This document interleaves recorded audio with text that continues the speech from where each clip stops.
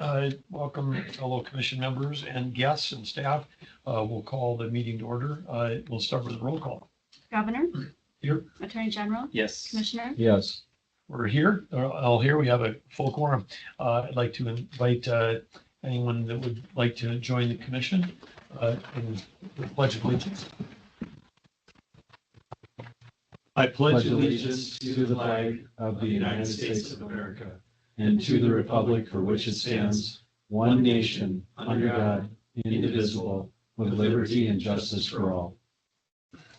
Can I ask, why is it that that the land board is not also patriotic?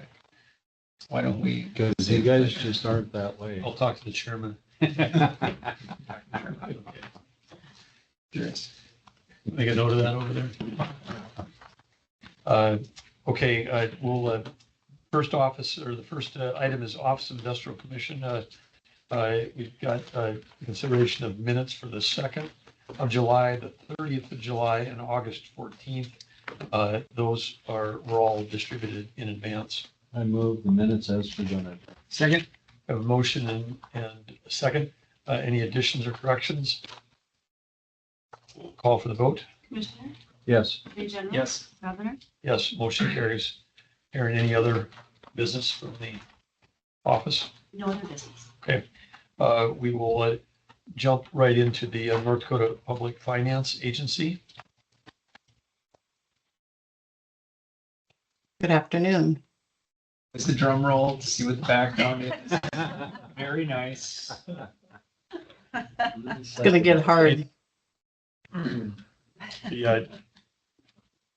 This is a little early to be celebrating the North Dakota State Bison win over the Colorado Buffaloes, but looks like a We're gonna celebratory bison back there.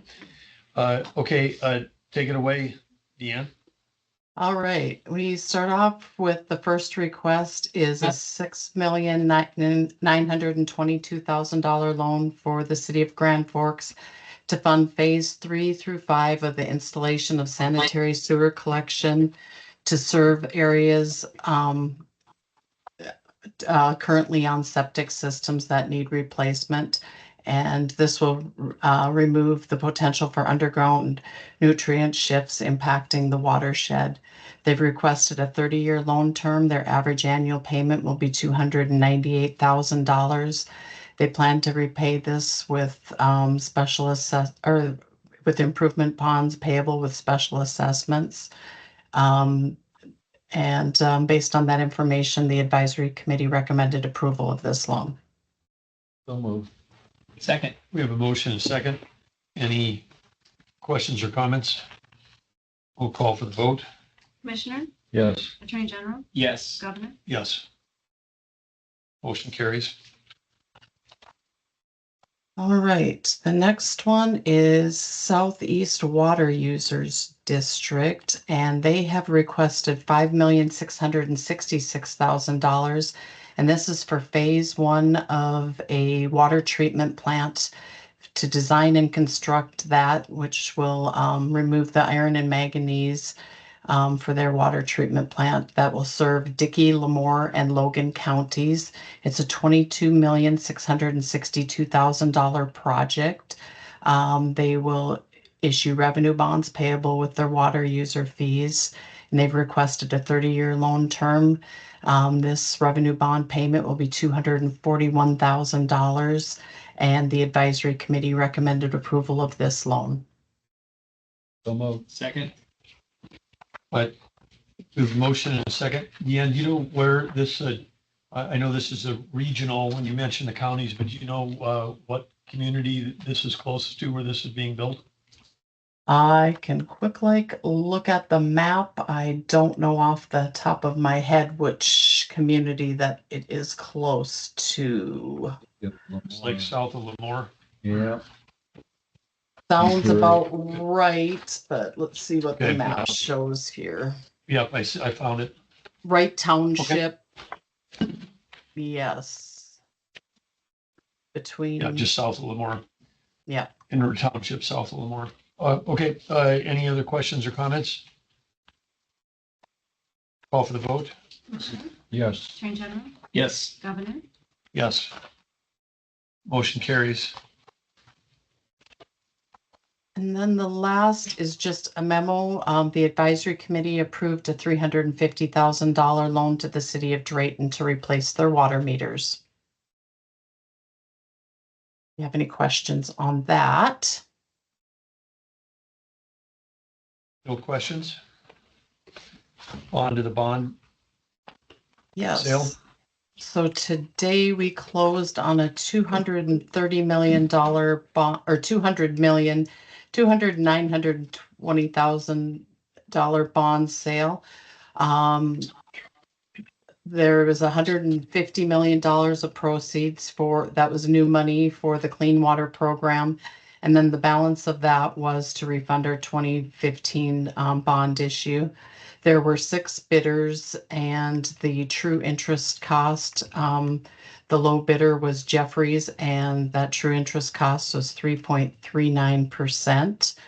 And so that'll give us I'm hoping that $150 million will last 1 to 1.5 years for the Clean Water Program. So it was good to a good sale, and well, looking forward to being able to fund all the requests that have been coming in. We still, based on all the loan commitments we have out there right at this point in time, we could still use another $100 million to fund all of those. And I'm aware of many more requests that will be coming in. So we will definitely be issuing bonds in the future, but we'll see where the rates go from here. You had the, based on your memo with the 6 well-known bidders and a very tight spread on that, you must have felt like this was a very competitive and positive sale. Yes, it definitely was. I couldn't, there was Grand Forks School District had sold bonds the day before. So, when you have other North Dakota sales, you always wonder if you're going to get other bidders, but or get as many bidders. And sometimes we haven't had this many bidders. So it was definitely a good bond sale to have that close of bids, to have 50 basis points between the highest and the lowest bids. So definitely a good bond sale, and 3.4%, and we're lending the money out at 2%. So combining it with our free money from EPA, definitely a good sale. And we'll be able to continue, hopefully, for a while, to continue with our 2% interest rate. Oh, which I know saves our citizens a lot on their utility bills. So it helps keep our communities strong and moving forward. So congratulations on that.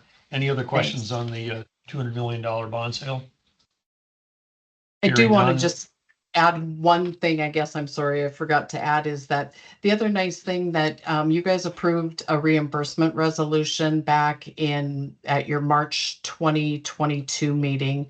So when we close the bonds today, anytime that we funded any of the loans with the repayments from the SRF program, and actually we were to the point with the Clean Water Program that we were funding loans from the drinking water program. So any of those, we were considered reimbursed. So when we closed today, half of that $150 million was considered reimbursement.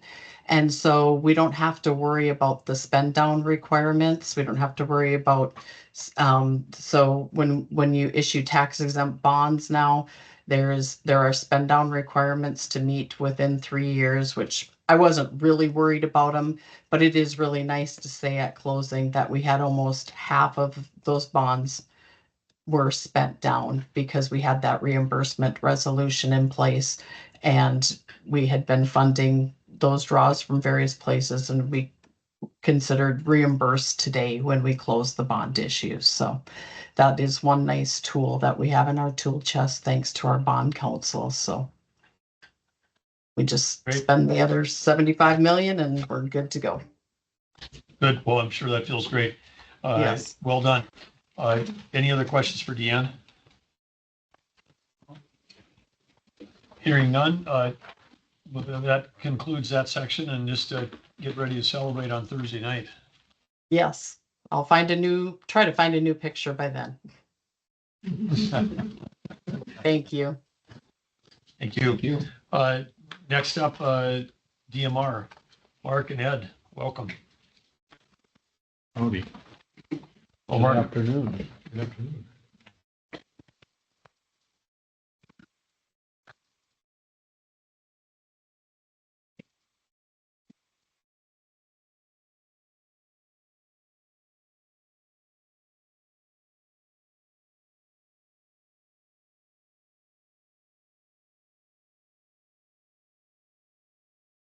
So this afternoon, I have two orders for you to sign. The first one deals with confiscation of a well site out by Dickinson. See on this map here, it's located just south of the city of Dickinson. And on the pad, there's really nothing there. The well has been plugged. There's a more zoomed in picture. You can see the site down in the lower center. There's a lease road running off to the west that'll have to be reclaimed. The well was plugged by Freedom July 13th of 2021.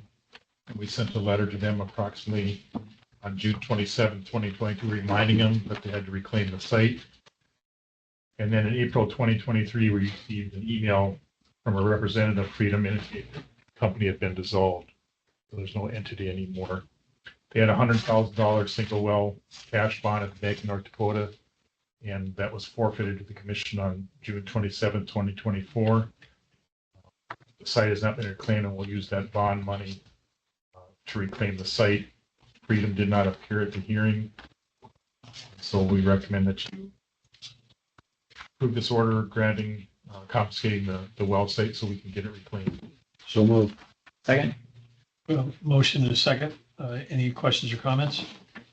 Call for the vote. Commissioner, Yes. Attorney General, Yes. Governor, Yes. Motion carries.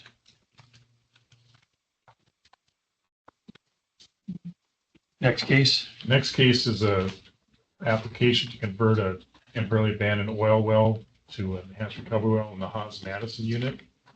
This is up in Bottineau County, North Dakota. And the well was granted temporarily abandoned status on October 11th of 2004. And as you can see on this slide, the site is surrounded by cropland, and the renter of that cropland, Kevin Aho, sent in an email opposing the application. He rents the land in section 25 from his mother.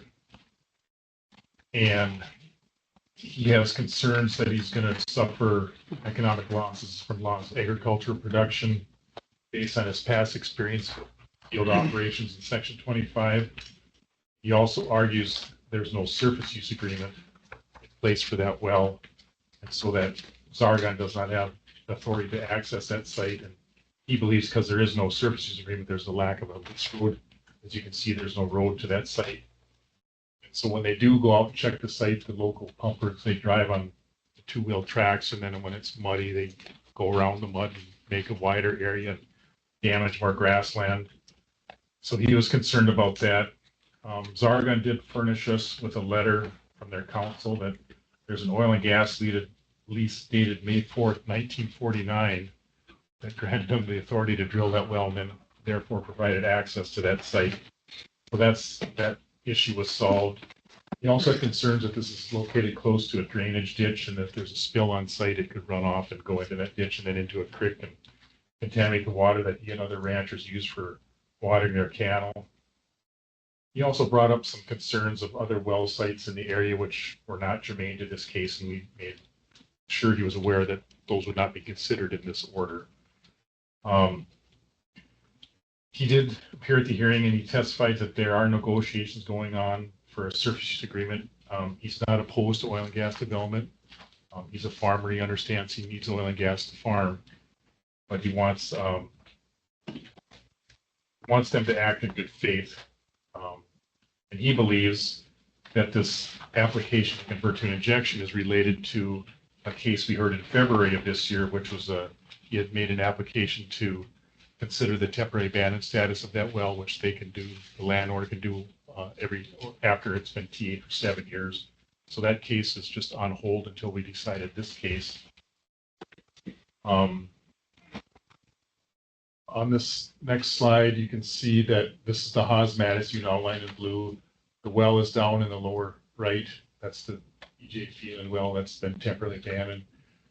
And Sargon thinks that they inject water here, they can repressurize the southeast corner of the field and get more oil out of the ground that would otherwise not be produced.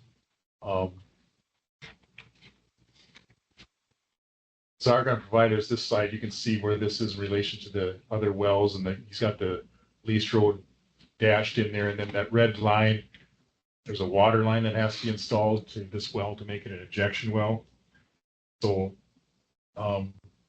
there is no injection on the southeast side. That green dot that Sargon shows on the lower center is actually a TA'd well. It's not an active injection well. Sargon acknowledged they have to enter into a new surface use agreement for the lease road and for the injection pipeline. Sargon testified they weren't sure why there wasn't a road there right now, which is a concern to the commission, because if something were to happen to that well, how do you get a rig in there to fix it? If it's muddy out, you can't drive a rig across a muddy cornfield. You'd have to drag it in there with a bulldozer if you could get it in there. So that's one of the things we're going to require when the permit is issued. We'll issue stipulations. One is they have to build a road, which seems counterintuitive. And also they're going to have to put a perimeter berm around that site in case there's a spill on site. It won't run off into his cropland. It won't run into that drainage he was concerned about. One interesting thing about this is that since this is a unit, they have right to the surface, so they can put the lease road in, they can put that pipeline in. They still have to settle damages, enter the surface agreement. They cannot, the landowner cannot prevent them from doing that because it is within this unit.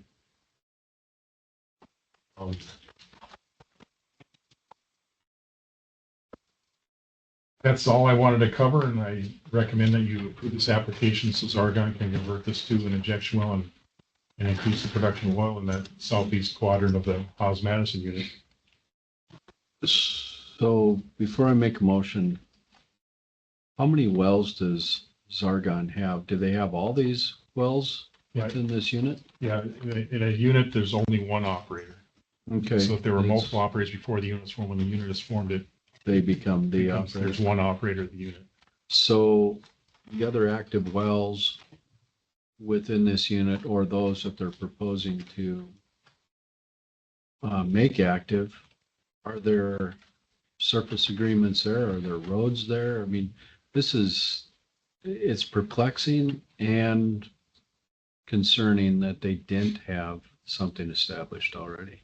It is, and it hasn't been that many years, but I suppose what I suspect happens, there was just a very minimal road going in there to begin with, and the farmer just eventually, since nobody was using the site, he just farmed right over it.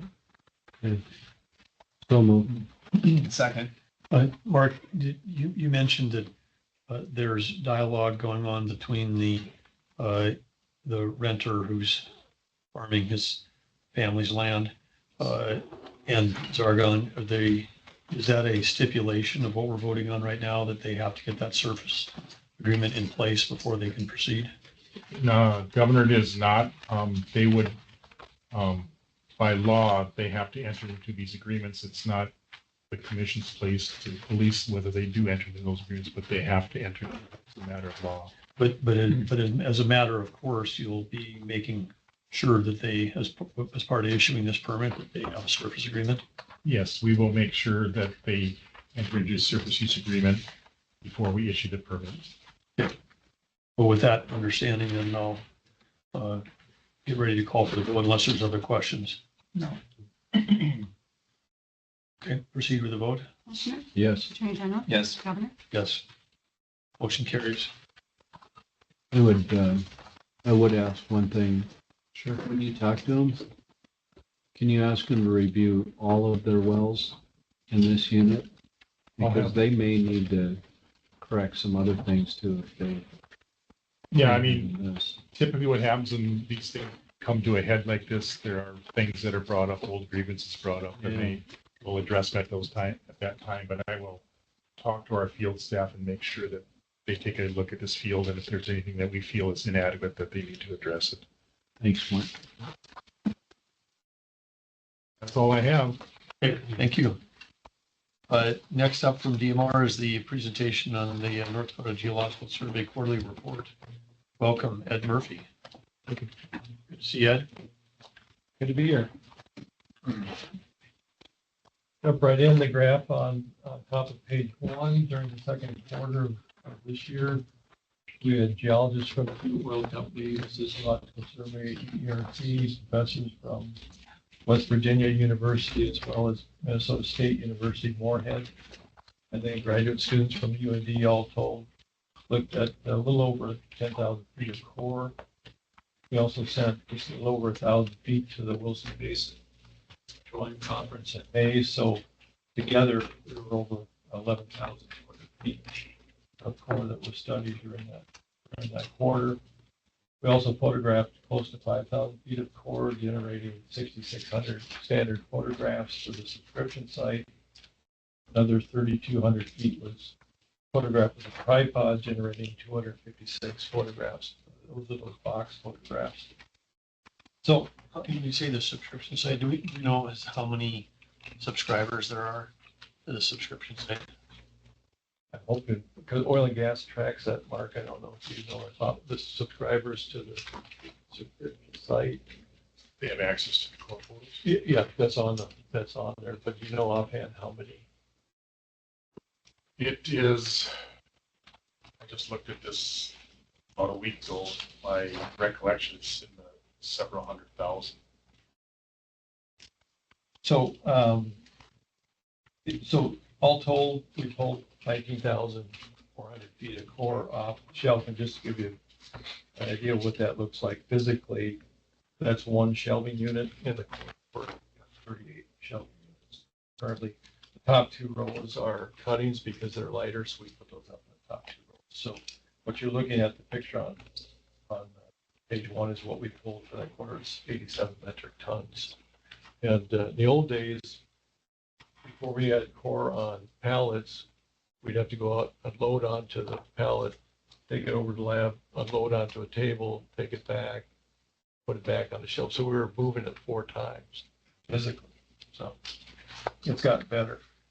On page 2, at the top of page 3, Wilson Basin Petroleum Conference, we had 2,500 people at this year's conference, 31st annual conference. We started in 1993. That was the North Dakota and Saskatchewan Geological Survey started that as a horizontal well workshop.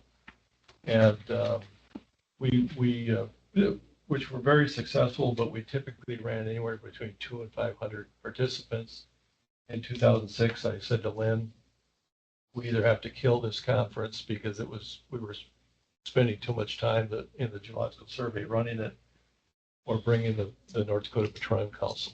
And luckily we got Ron to agree, and then this thing, of course, took off, partly because of the Petroleum Council, partly because of Bakken obviously taking off in 2008.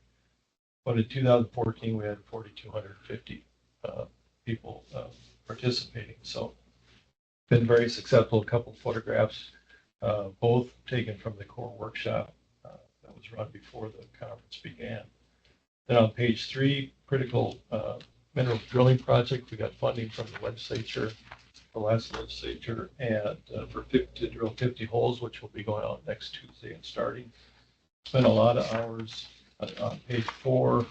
Spent a lot of hours getting ready for this.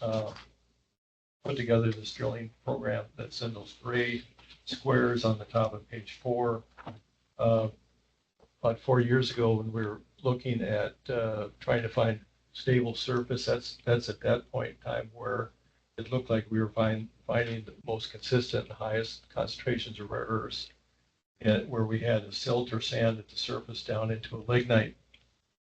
But then in that intervening time, if you may remember, we talked about those 2 ancient soil horizons and those white leach zones that now we're finding much higher and much more consistent increased rare earth concentrations. So we had to redo this, and that's where those purple squares are. We spent the winter getting that project together. And then in the diagram, on the lower part of page 4. So we're going down, whether we're in the bear den, which is the stratigraphic is the upper one, or the rain bed, the lower one. We're going about halfway through that white zone, shown here as a white layer, and then another 20 feet or so below that, hoping to encounter a coal. So as an example, on the test hole on the left, we would be intercepting a lignite at the proper place. On the right side, not.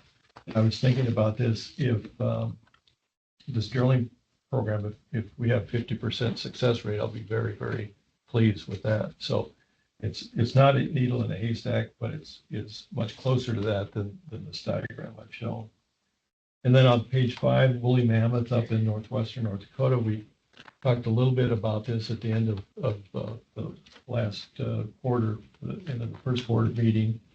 So just to run through this a little bit, in August of 1988, I was working in Bowman County and got a call to move up to northwestern North Dakota. I'm hoping I don't name drop the town, because I've told the homeowner I will try to keep this a little bit.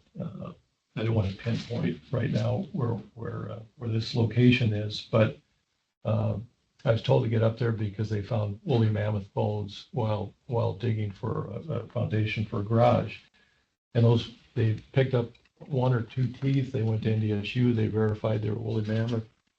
So I got up there as soon as I could the next day, and expecting to see people standing around waiting for somebody to pick these bones up. And instead, you can see the picture from 88. Not only was the slab down, but the garage was built. And so 1 day later, this was obviously it's cover up. weeks, weeks like they must have worked day and night to get that in. Interesting enough, I'll mention this so I don't forget. That's the science teacher from the local high school standing there. And when I'll back up. The homeowner, I said to him, "What are the chances we could bust out your brand new slab and compensate you for that?" And he was willing. He said, "If you can do that." This was August 28th. This was 1 day after it was discovered? No, this was I got up there as soon as I was notified, but this is the old days when, mail and all that. So this was weeks, if not a month and a half or so. Okay, I misunderstood. I thought, I literally thought like they, employed an Amish colony to come in and erect this. No, so no, they could no. get rid of any. Yeah, no, that was, but, I mean, okay, good. yeah, and unfortunately, he was fine with that, but he was leaving for Phoenix in late September. So he said, as long as you can get out, get the slab back on. And I couldn't, nobody could mobilize quick enough, couldn't find funding in time. So for 36 years, I've been thinking about this, especially when we had the tusk from the Freedom Mine last year. Oh, this is great, we've got this. And I'm like, yeah, but I know where there's another woolly mammoth. And so in December, I contacted, in my field notes, I had the names of the people that had worked on this, the construction people. And they were all students, in fact, of this teacher. So I called them just to go back through my notes and make sure everything meshed. And then got a hold of the homeowner, and she was fine with this coming up. On page 6, we coordinated with the State Historical Society. And so they came up with ground penetrating radar resistivity. We gridded the back of the area because the mammoth they encountered it on the north side of that garage. And sure enough, when they ran and processed the ground penetrating radar that night, they got an anomaly right where we expected them to, right where everyone was saying the bones were. And 2 of the construction workers came back to be there with us. And then in addition, grades K through 7 came from the local high school or the local school. And the grade at the time, and we ran them through the site, you can see one of those grades. Clint gave him a talk. He's holding a mammoth tooth. And he also had a mammoth long bone. And then Brittany and Margie ran them through how GPR, the ground penetrating radar, and resistivity works. Kids are really excited. You may recall, we let every one of them dig. Clint was very nervous about, but they were digging into the backfill. And then the picture on top of page 7 on the left, this is all the bone scraps that came out of that backfill. So these were disturbed at the time back in '88. And in the middle row, the second, third from the left are pieces of tusk. So we know, we verified both from what NDSU said about the teeth and then those bones that we're seeing tusk. And then on the upper right, then Clint dug down very carefully below, when we got below the backfill. And you can see there's a bone in place right above the brush. And then right to the left of it, you can see where it changes a little bit to orange. That's another bone. And these bones are so soft. And then in the lower left, there's a little white pebble there. And that's along about the center point of the edge of the other bone. So there's 3 bones in that picture. Only one of them is visible. So we're going up there probably the 17th of September. We're hoping to be done with the drilling program. They go right up there and probably be up there for a week or so, and then remove those bones. I'm very nervous. We did run the ground penetrating radar in the garage itself, but they used rebar, which really interfered with the signal. So we probably would want to take at least part of that slab off and run it again. I'm nervous that I'm going to be like Geraldo Rivera and Al Capone safe. We get this open and there's nothing there. But on the other hand, it's the only way we're really, truly probably going to find that out is to actually go in there and dig around. Your 36 years of anxiety is enough. Yeah. We support you. Yes, I would like to get that. I'd like to get that result. Well, and again, right in my notes, I've got that it was laying on its side, and at first they thought it was a bison, and then they saw the tusk, and then with the teeth, and that they hit the jaw with a skid steer, and then the teeth were exposed. And but then NDSU had no record of the teeth coming from there, but they also had 3 woolly mammoth teeth. So we're hoping that maybe one of those or both or 2 of them actually came from the site. So they've got unaccounted for teeth. I don't know where they came from. The ones that are at NDSU. Now we have them because they gave them to us because the department. But they can't tell you where they found them. No, and If you need the BCI, yeah, we will send them. And we will get to the bottom of that. Are you able to do testing on the teeth and the bones to see if it's from the same actual animal?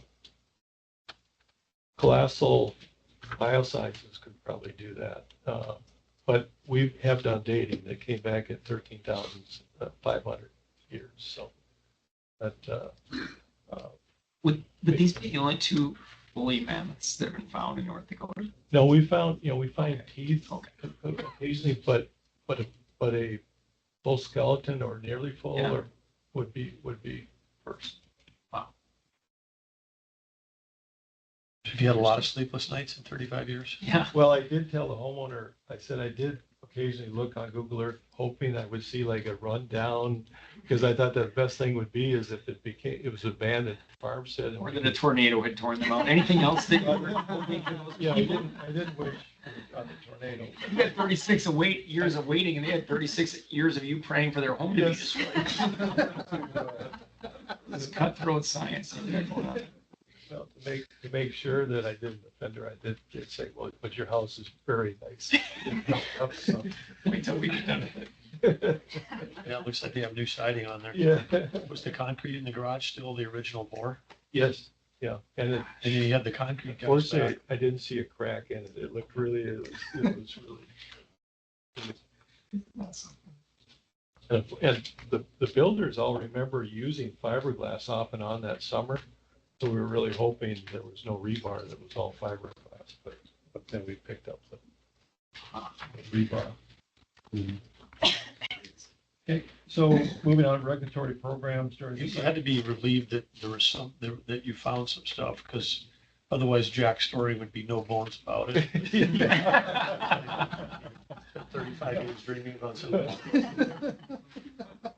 Well, if we hadn't found anything, I would still be saying, how well, they said most of it was, and so maybe all of it's, under the slab. So at least now with the tusk and again, the story of the teeth, it certainly says at least we've got a mammoth there.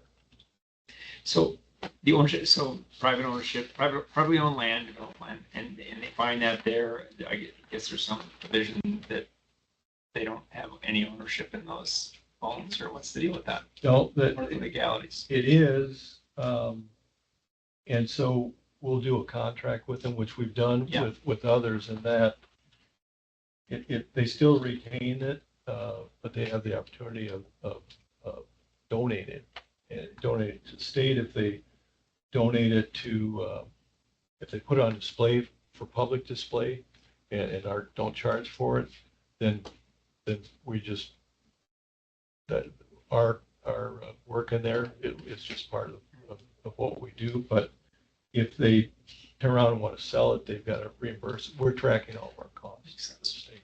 In your experience, Ed, is there anything, I mean, other than just this is fun and intriguing, but is there anything unusual about it being this close to the surface?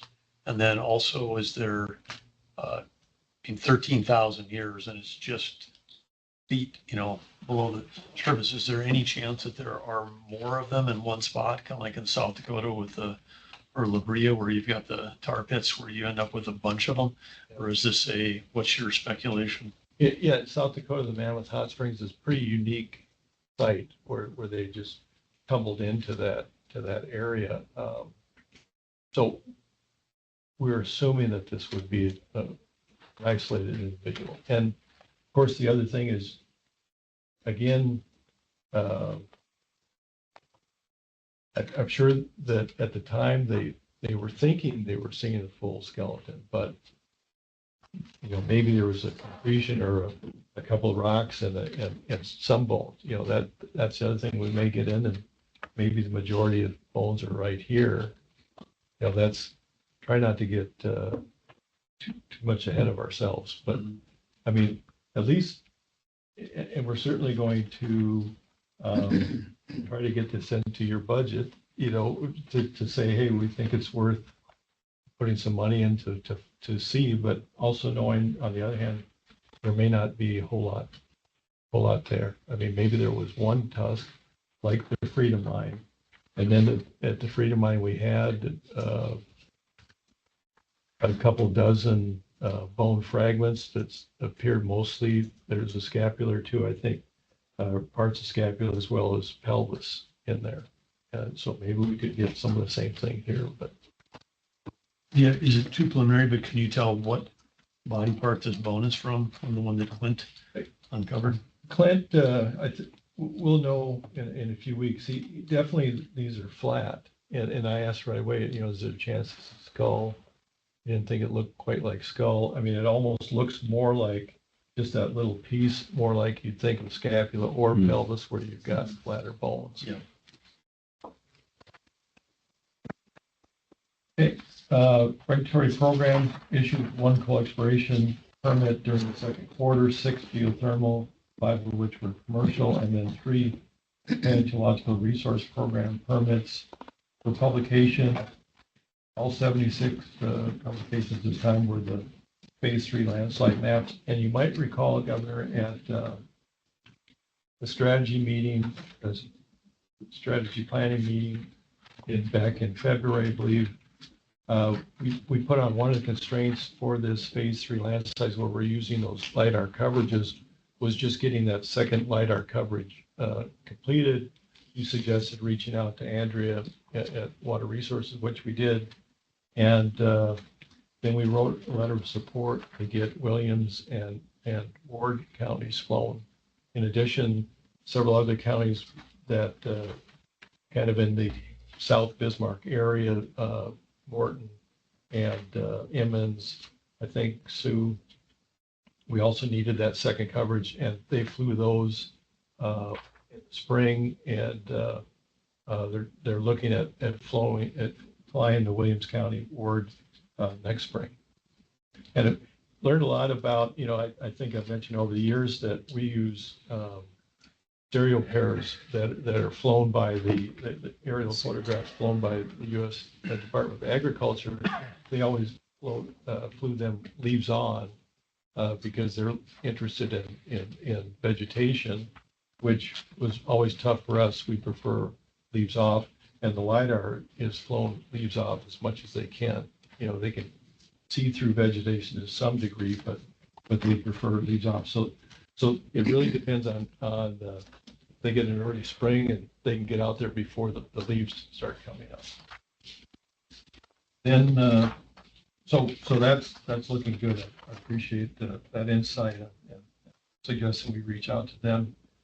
In presentations on page 10, 7 of the 17 outreach activities were tours of the paleontology lab collections as well as Dakota. Also participated in Earth Day, 164 sixth graders that did a fantastic game called Will You Survive? And sometime I'll have Clint talk about that in November. Also, Clint spoke at the evening event at Civic Center, 700 people.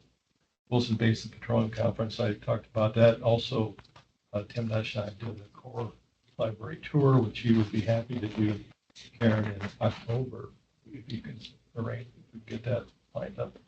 And then you may recall For the industrial commission when we're there for the, at the Yep. elevator. be happy to do that. And then on page Whoever 11, wants to move a couple of metric tons of. yeah. You may recall we talked about Ellen Roberts Pope, and this is the house. This is the same stone building that I showed before. Went out in July, on July 2nd. I was out in that area of Sloan County for another reason. Photographed the building, you know, it's pretty bad repair. But what's interesting with this, been dealing with Confluence over the last couple of years on the TR library. And one of the things they'd asked about is if you see stone buildings, you know, let us know. In addition to this collapsed house, there's a outbuilding to the right of that where you can see all the sandstone blocks are down in a hole there.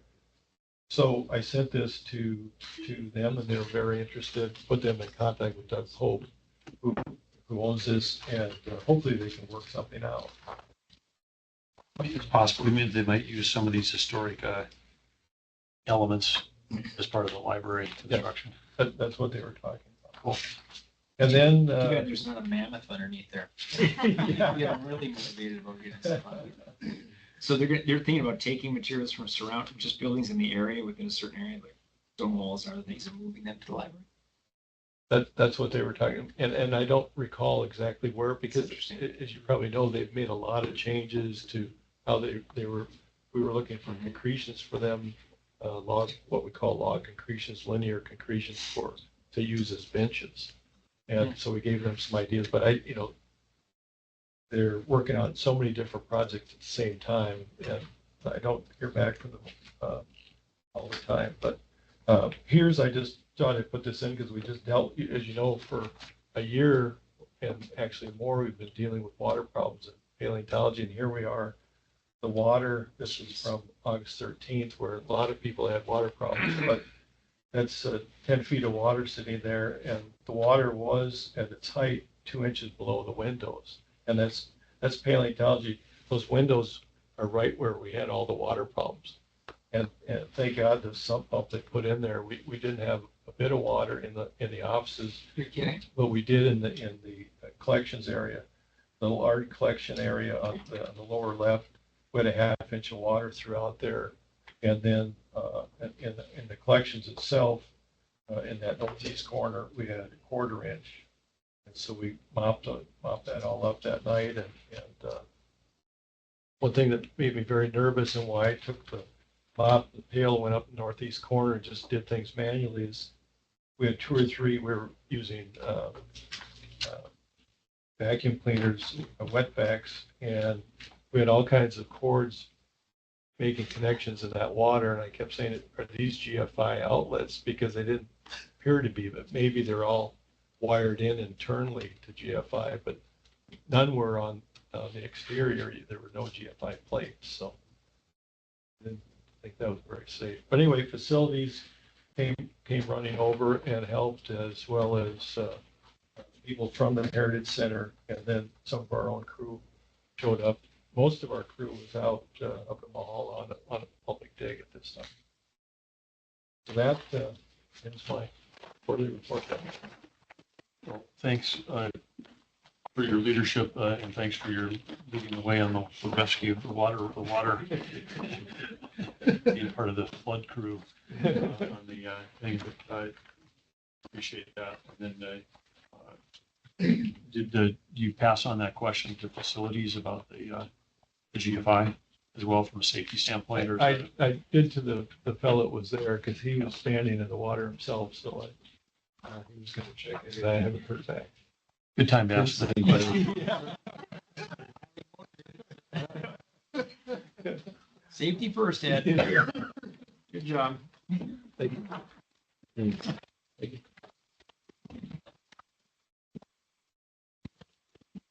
Okay, moving on to the State Energy Research Center, and welcome, Charlie.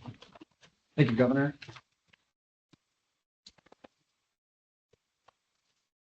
Commissioner, Attorney General, Governor, great to be here. I believe Tom Erickson is online as well.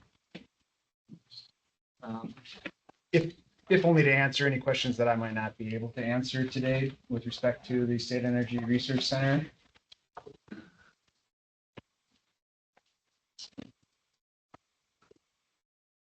So I'm really excited to talk to you about the State Energy Research Center today. In the 2019 legislative session, the legislature modified Century Code to designate the EERC as the State Energy Research Center.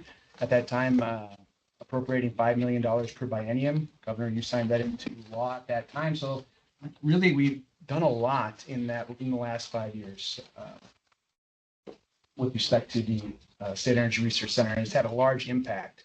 You've probably all seen this before, and the reason that we're showing you this is the technology development pathway, and where you have in the early stage, you have all kinds of ideas. Usually they don't take a lot of money to get them going to see if they're going to progress, but if you want to get them all the way to commercialization, it takes a substantial amount of money. The further you get down that pathway, the more money it takes and the fewer ideas that actually make it.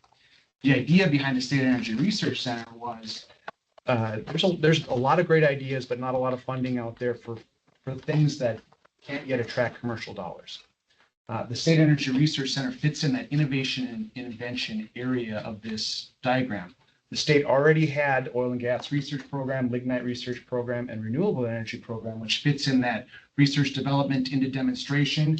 And then also in 2021, the Clean Sustainable Energy Authority was established that covers that commercialization part. So in North Dakota, ecosystem develop energy technologies is all the way to the beginning stage here. Part of the reason for this is prior to the State Energy Research Center being established, the EERC, as you're probably all aware, up until 1983 was a federal facility. We had at that time a federal line item in the budget to do exploratory research. When earmarks went away, that went away. Along with that, we continued to do great work, most of it applied, attracting a lot of commercial interest. But what happened was the dollars that were there to support these ideas dried up. And as such, we saw invention disclosures dry up at the EERC, which was a big part of the impetus for that. And what we're looking for is what are those energy technologies going to be in 5 and 10 years from now? And that was the role that the State Energy Research Center could fill. As you can see, by 2018, we were down to 0. So the year before, we were established the State Energy Research Center, down to 0 invention disclosures at the EERC. Again, doing great work, but more on the applied side. Back in 2019, at the time, Tom Erickson presenting testimony in the legislature, what this funding would do specifically was 3 things. One, it would do exploratory research. Second part, it would be a resource for the Industrial Commission to use at your call. So there's a portion of the funding would be set aside. If you needed something done right now, you could call in the EERC without having to do an emergency commission or something like that for funding. We had some ready to go. And the third was education and outreach with respect to our incredible natural resources. And I'm really pleased to say that today that we're actually doing that. One of the things that we thought in the beginning would be really difficult is to quantify the economic impact. But I think I'll show you through what I'm going to present today. We can quantify some of that impact already in dollars, in invention disclosures, in impact to students and mines in North Dakota. So again, the three cogs and the exploratory research portion of the funding is the largest portion. The last legislative session, the legislature increased the funding from $5 million per biennium to $7.5 million per biennium. The ratio between those buckets remained the same, with the majority of it going towards exploratory research. So that's the first area that I'll talk about today. So at this point, we've funded nearly 60 projects through the State Energy Research Center across all different areas of North Dakota energy. So from coal, biomass, oil, gas, carbon management, gas processing, you name it.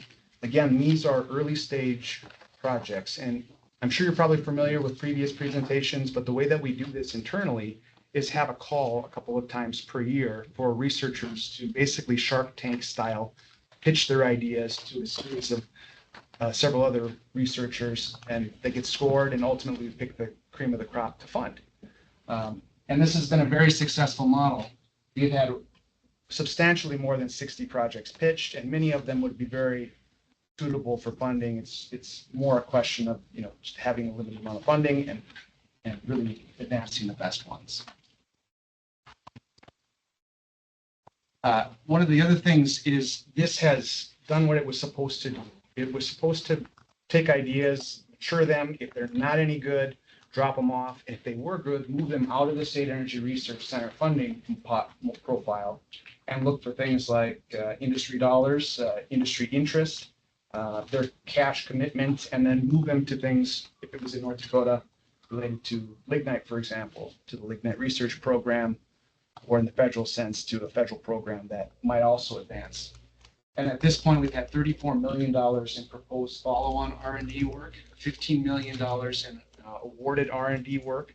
So these are technologies now that are 5 years in, progressing up that technology readiness. We have $6.7 million in pending awards. And then we've also launched 2 strategic initiatives. And one of those is enhancing energy resilience at our North Dakota bases. I was just out last week again at the Grand Forks Air Force Base, meeting with Colonel Whitmore and Colonel Monroe, talking about how we can enhance resilience on base. And then the other is critical minerals, critical and novel materials in North Dakota, including rare earth elements and critical minerals. And how we can not just find these things, but develop a value chain inside of North Dakota, because we have these great resources. That could also be things like graphite and graphene from North Dakota coal, as an example, as well. Something that's worth tens or hundreds of times more than a ton of coal.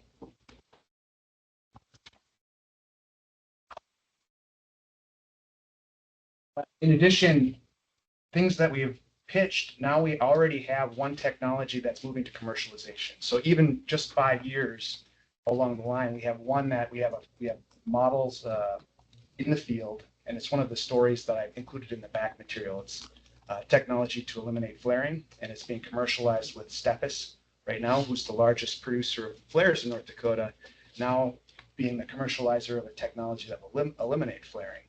And a low-cost, innovative solution that operators can potentially use and pay back the cost of the unit quickly.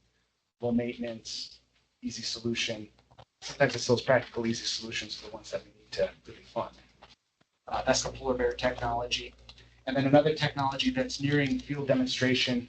It actually started off as a hybrid cooling technique that we were using on military installations that has actually transitioned into CO2 capture technology in ocean water. And so a company from Israel is actually looking to do a demonstration in Israel offshore related to CO2 capture.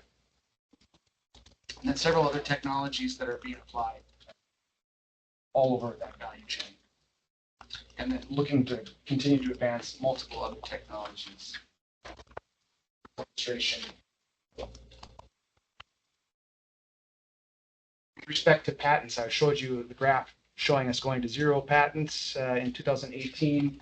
We have 11 patent applications submitted today, 21 additional continuations, CIPs, divisional and foreign applications. So 6 U.S. patents have been received to date. A lot of those are related to the polar bear technology, which we're seeing commercially deployed today. One commercial license that's finalized and another commercial license that's nearing completion. Again, several of those are related to polar bear, but also the CO2 capture from seawater technology. And other conversations are ongoing about licensing opportunities. Interrupt you for a second. Do I understand Yes. correctly? A lot of your patent work gets done through NDSU. Is that right? You get a lawyer, one of our lawyers down there. I think it's helped out a lot of that. Could be, I don't know, Tom heads our intellectual Okay. property as well. Tom, are you, he's not on the line? I can get back to you. It's a side discussion, yeah. I'd appreciate it if you'd give me a call. I want to chat with him for a minute. Absolutely. Yeah, not super urgent, but if you can call this week before I forget that I asked, Mhm. that'd be great. Yeah, we have Tom and Jim Duzan, are a couple of our IP. Yeah, and then you use some people outside too. Yes, we do. Yeah. So Did that Tom move will be along able to pretty answer. seamlessly, that process? in fact, yes, as a result, so we've gotten so many patents so quickly, even though we're only 5 years into this, in part because there's an accelerated patent approval process on high impact national security things, and Great. energy is. So eliminating flaring is a high priority, and you've seen these patents get fast tracked, which has been really exciting. That is exciting. Okay, well, if you could give me a call, that'd be great. I will make sure he does Thanks, that. appreciate it. So we've had really good success with commercialization already, really good success with patent development. And not only have we seen a lot of patents being submitted and then also eventually approved from CERC funding, but has changed the culture at the ERC. So people are thinking about new invention as a regular part of their day, and we've seen invention disclosures coming out of other projects. So while this has been the catalyst for it, now we're just seeing a culture change that's looking at invention at the basic level, even if they're working on something that's being applied and just about commercially deployed. They're thinking of little tweaks to things and more invention disclosure. What do you think was happening with that before? Just going by the wayside? Nobody was offering the patent? Well, I think that in part, yeah, there's the change in culture. We're just, let's get this thing deployed, let's get it done. We're gonna apply, we're gonna go to the next thing. And now it's, oh, I know that if I come up with a new idea, somebody will listen to me and perhaps fund my idea. And so the CERC funding helped, but now it's just changed their thinking. I got a new idea. And if I go talk to my supervisor, they're gonna talk to Charlie and John Haryu and Brian Kolk, and the next thing you know, they'll put some development money towards it, whether it's CERC or internal funds, to try to get it launched. And I think people just get excited about realizing that they can have a great idea and they can get some traction and funding. My dad's he's deceased now, but he was a mechanical engineering graduate of the University of North Dakota. And he founded years later an industrial contracting company. So doing projects all over the Midwest. And he'd bring us out there and he'd show us this stuff. And he'd go through and he was a very creative person. And he came up with all sorts of ideas all the time, different innovations at beet plants and power plants and garbage burners, all sorts of things. And then it would be a whole new innovation, and he'd be explaining this to us. And he got in law school, and I would say, "Well, do you ever get the patents on these things?" No, he said, "I weld this little plate on the side of there, make it clear that came from mechanical," and he figured he was covered. So I feel like there's all sorts of intellectual property out there that my dad created, but he was just so damn happy that things like that worked out great, and on to the next project. But he put this little plate down, so everything that was for the mechanicals Yeah. deal. We're gonna have to hook them up with ERC, I guess. He's in the Hall of Fame up at the engineering school. We're very proud of that. But he was a farm kid, right? He just grew up. He's like, that was his whole life, doing different things all the time. So Absolutely. that is exciting. Yeah, it's great. Change the way people think about things, I think, and just being open to telling somebody about your innovative idea. And we don't always go for a patent. We review these things. It costs a lot of money to get a patent, but then we work to, well, how do we, maybe we're not going to go for a patent, but how do we protect this intellectual property without going for a patent, and then utilize it as an advantage to help our industry in North Dakota. Yeah. So we'll still look at trying to commercialize it and getting it out in the market, but it may not be through a patent. When switching gears over to access to researchers, this is for the three of you to decide when you need someone to go work on an energy topic. That's one of the big portions of what we do. This last year, as you're aware, one of the things that we were able to do is help other agencies write proposals to federal dollars to come to the state. And in one particular instance, we were able to ghostwrite the proposal for the transmission grant. We've also used some of the funding to write two very large proposals related to the hydrogen hub and the DAC hub, which were both selected for award negotiation, and then continue to support the North Dakota Transmission Authority and their grid resilience planning. So, in other times it may be, well, what kind of spurred this was maybe a rail car or derailment, and looking at explosive natures of rail cars, there was no funding at that time to do any kind of quick reaction analysis by engineers. So that type of thing could be pulled in immediately now, having this funding. In this particular year, we used it to pursue big federal dollars, and were really successful. For a few $100,000, we were able to secure hundreds of millions of dollars in federal awards by having that money ready to go to put the best team on it to win those calls. In the case of the Transmission Authority, I believe that's $7.5 million. In the case of the Hydrogen Hub, 925 million, and the DAC Hub was 25 million, or 12.5 million. Sorry.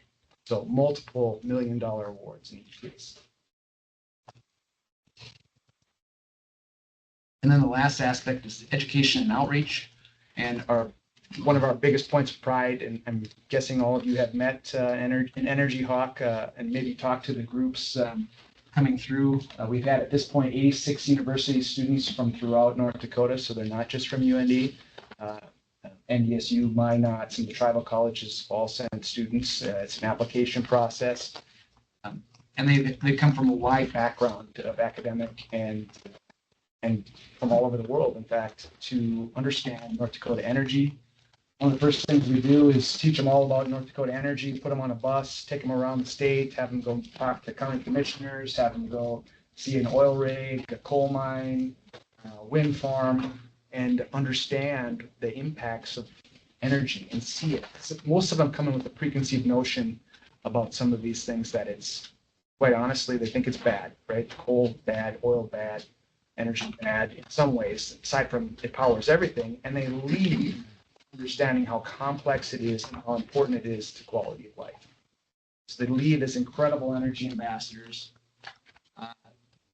and they actually they self-select their own teams, and then they decide on their own research project, and then complete a research project and present it every week until they're final to the EERC staff.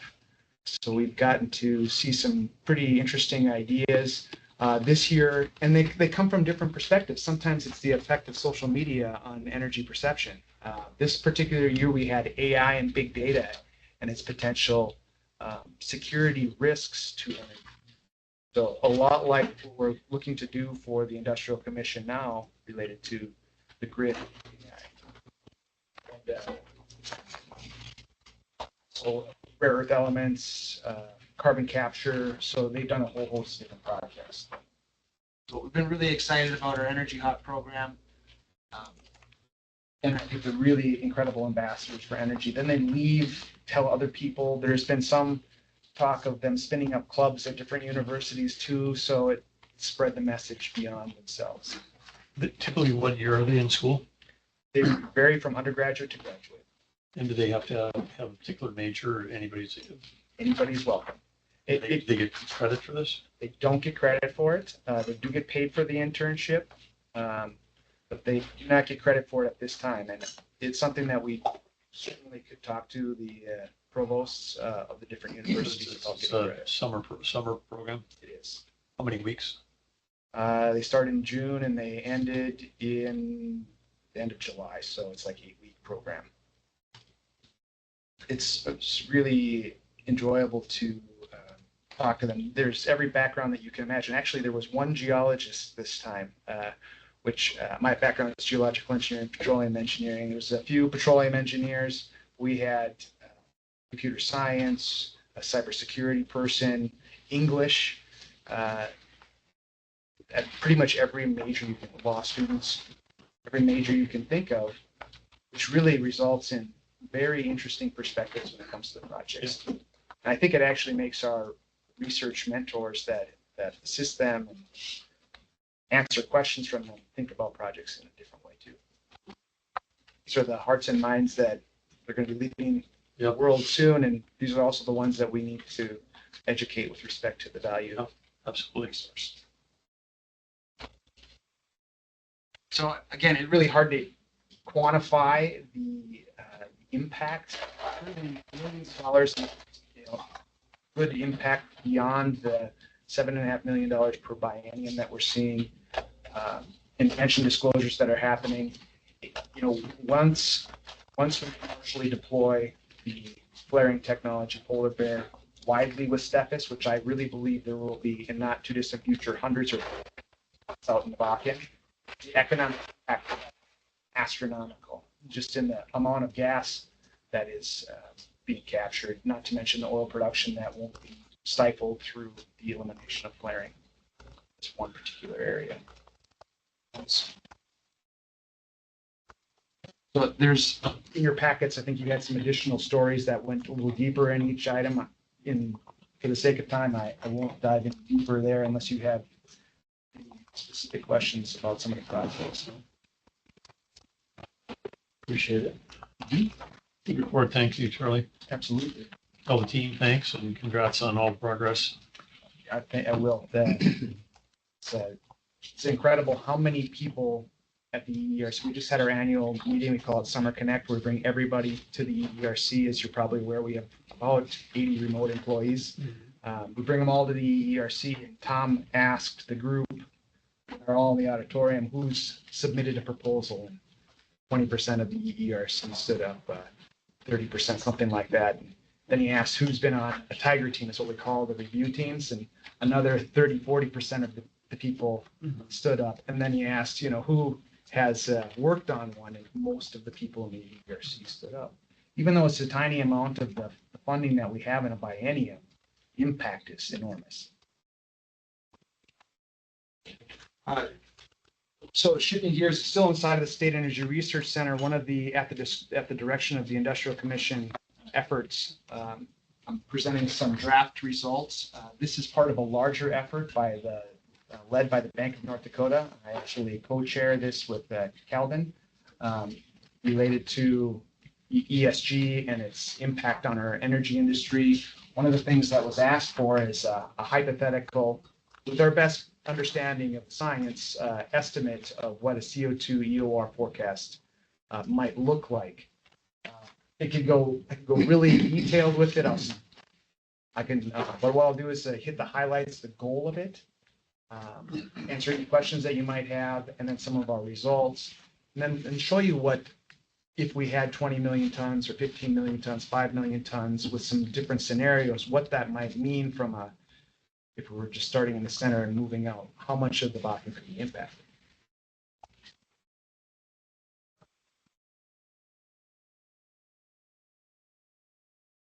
Again, I mentioned that the idea was to look at a CO2 EOR plausible development scenario. And when we talked about with Lynn Helms and others, what would be tax commissioner, industry experts, we know what we have for point source CO2. We know what their current plans are related to it. How much CO2 in the next 10 years, over a 20-year period, might we be able to see go into the Bakken? So if we think about DGC, they have 3 million tons per year. With Coal Creek and Coal Creek and Milton R. Young, if they do capture, you're looking at 9 at Coal Creek, 4 at Milton R. Young, So we thought in that 5 to 15 million tons per year. We know we have Summit's project looking to come in. They're looking at dedicated storage. So what would be a reasonable place to start? And we thought a base case of 10 million tons of CO2 coming into the state for Bakken EOR, not to mention the pipeline that's already coming up into Bowman County from Exxon Denbury, which is also looked at inside of this study. So EOR potential in conventional fields plus unconventional fields. And I cut right to the chase as far as some of the outcomes here in this slide. Incremental oil recoveries range from about 300 million barrels of oil to 1 billion barrels under a low and high CO2 availability scenario. So the low would be like 5 million tons per year. The high would be something like 15 million tons per year, with an average of about 700 million barrels of oil that would otherwise not be able to be produced over a 20-year period with 10 million tons of CO2 per year. Also, then CO2 supply ranged from 93 to 294 million tons, depending upon the scenario. The thing that this really highlights, though, right away is we don't have enough CO2. The opportunity is massively larger than that. We also have just done some pilots. We've got a bigger project that we're looking to execute. So we had to use West Texas or Texas as an analog. We've done some CO2 huff and puffs, which is effectively the method we looked at here, and the utilization rates that were acquired in Texas. So what I also had the team do was look at a couple of high EOR potential cases off the base case, high CO2 utilization case. So in other words, putting more CO2 in than you might need to otherwise, because perhaps you get some economic benefit from storing more CO2 with each barrel of oil. Not to mention a carbon negative barrel, so storing more CO2 than the barrel would produce in its life. So under those scenarios, we were massively CO2 starved. Again, these are hypothetical scenarios. We need to get out into the field with this next big project that we have with Chord and do a large multi-field injection. Also looking at incremental recoveries from conventional fields, another 100 million barrels, looking at using about 88 million tons of carbon dioxide. This is not just Bowman County, but throughout the Nesson line as well. You say on your top line here the easy math of billion barrels. This is, I think, something similar to what we heard from Lynn Helms before. Case just take $70 a barrel.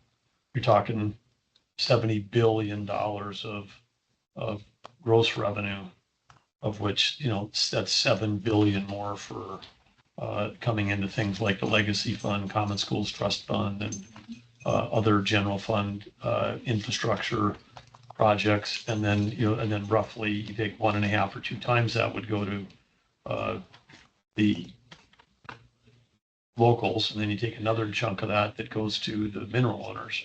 Local political subs, get a chunk of that.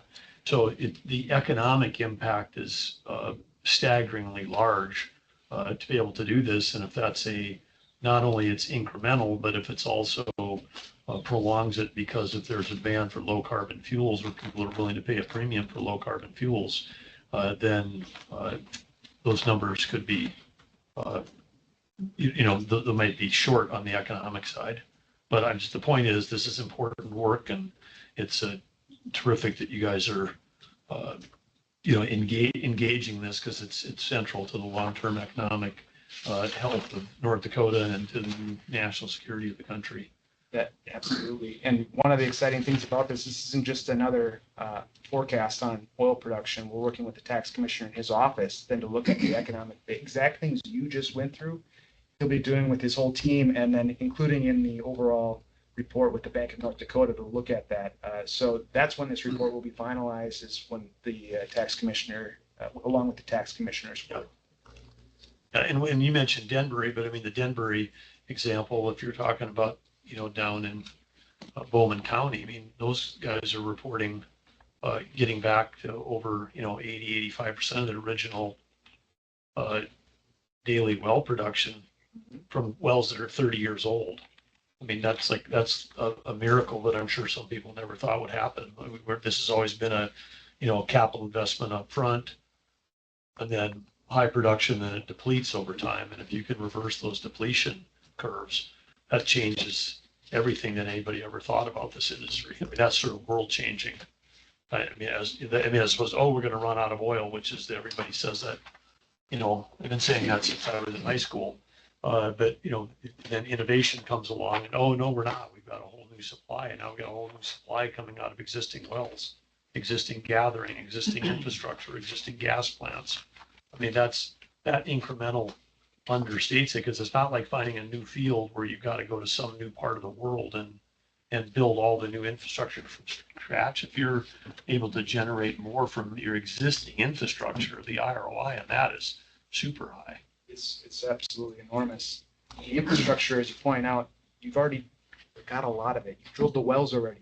It's conservation of resources in its finest form. You already have found the oil, you've drilled the well, completed it, it's gone to decline. Now you're going to use that same infrastructure that you already invested in and produce barrels that you would otherwise not be able to.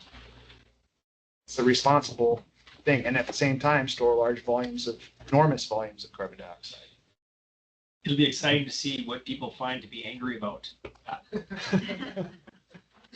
Don't underestimate. Yes, I'm sure there's something. No, there will be. Yeah, for sure. There are certainly a lot of positives from the perspective. Again, it's not new impact.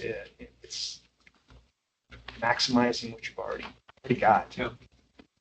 And I think the Hoover Institute numbers, if you haven't seen those, we can share those with you, but that would tell you that this path using liquid fuels could be anywhere between 10 and 15 times more efficient than the current subsidies or that the current administration is shoving towards EVs. Sure. Because those add up to over $900 of an avoided ton of CO2, and Denver is doing this for $60 a ton. Absolutely. So if you're a taxpayer, you'd go, I'll take the thing that's 15 times more efficient. And you take that every time. You say that let's stop buying batteries from China. Absolutely. This is kind of the punchline. I have more slides. I think if I skip to a couple of the maps, it might be illustrative from the perspective of what kind of an impact that looks like on a map size. So one of the things and here's some of the gory details with respect to how much utilization and all of that. These are the case scenarios. So this is all in materials provided to Reese. It'll be in the final report as well. Some of this sensitivity analysis we did. Kind of the interesting thing, here's what we looked at is the Bakken and the conventional reservoirs.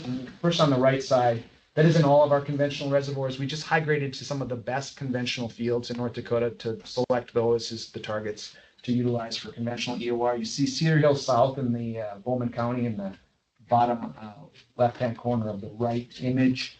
That's where Denbury Exxon is working on their CO2 EOR today.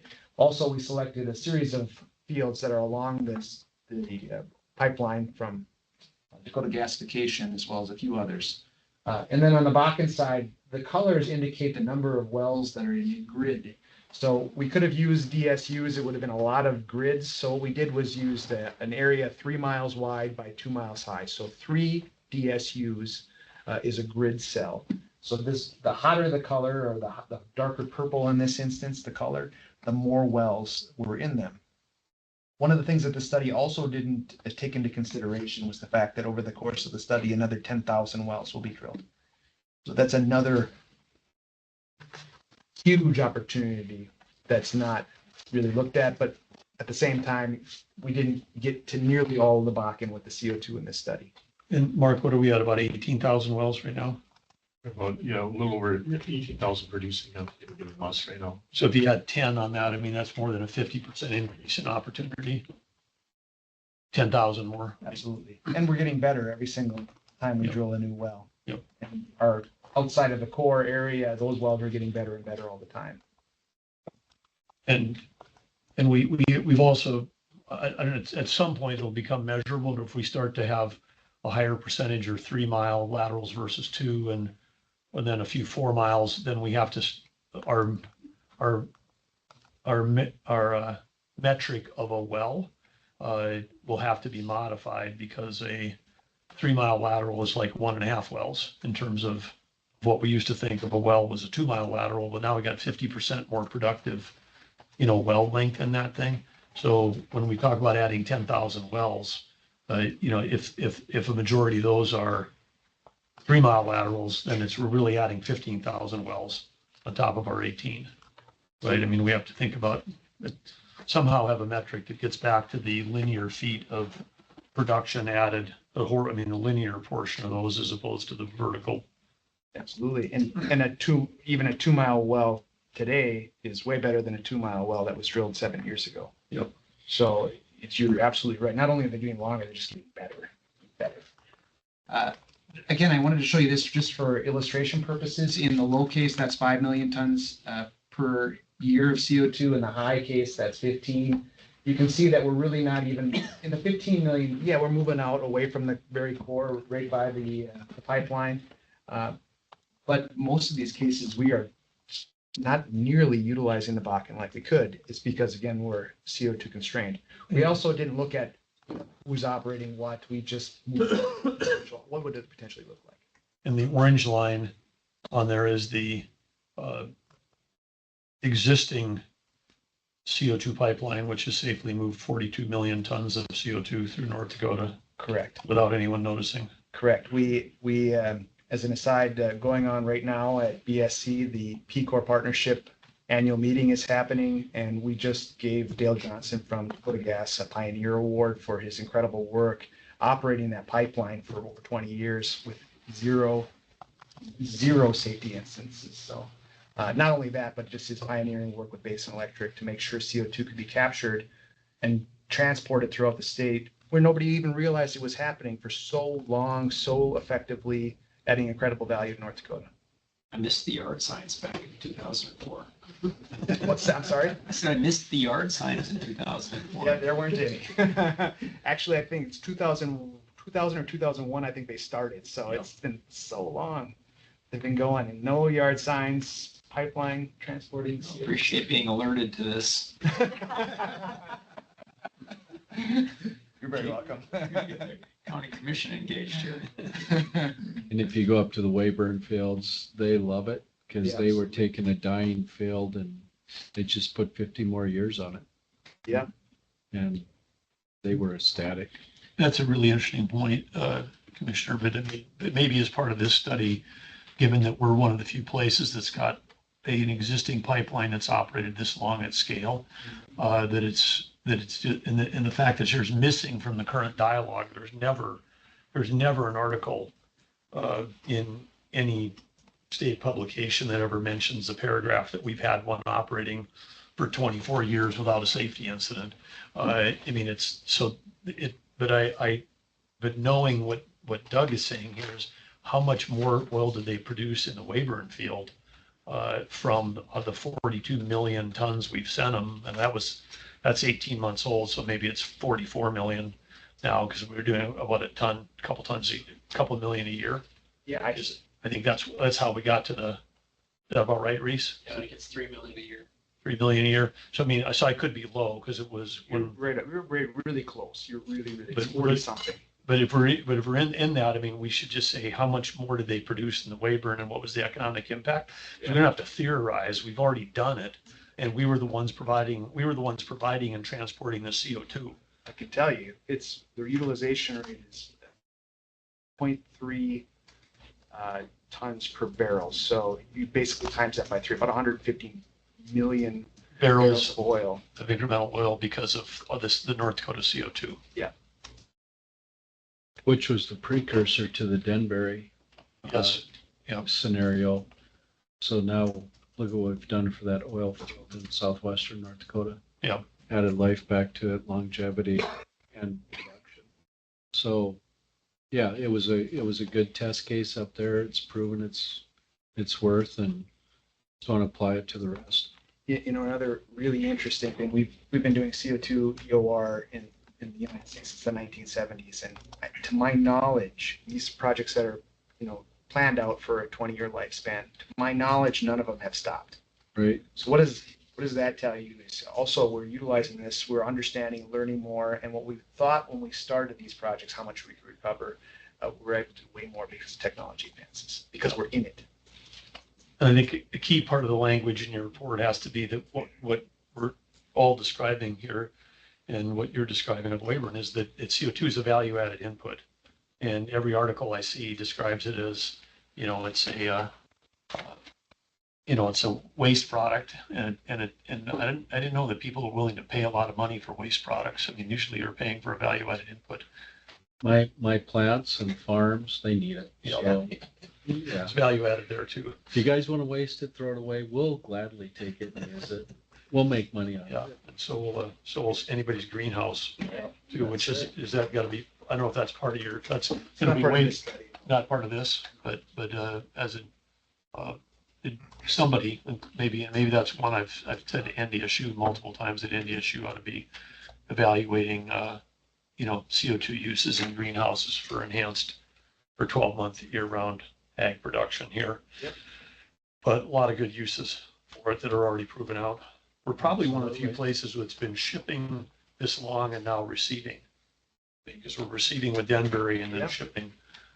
Yeah, and it almost, listening to this, I wasn't at the EERC at the time, but listening to stories about Bob Mao and John Hardy, and others hypothesizing, both who are at BSC right now, hypothesizing where the CO2 might go from DGC, and listening to some of the discussions of negotiation. It almost went to Bowman County in 2000.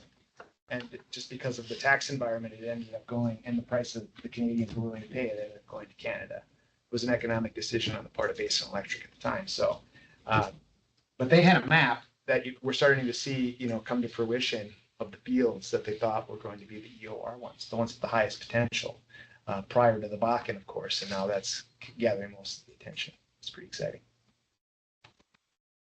I don't think I necessarily need to go through any more of this. Some of the additional maps look at. I already get you the highlights here. So, but some of the additional maps you have in your material show that we're just impacting a small amount. We're CO2 stuff. And I think, again, I know that we don't necessarily have a marketing branding department at EERC, but I think that there's another lead which we keep bearing when we talk about this sort of in scientific and industry terms. But what we're producing, what Denbury's producing, is carbon negative barrel of oil. And we just that's got to be the thing. It's happening right now.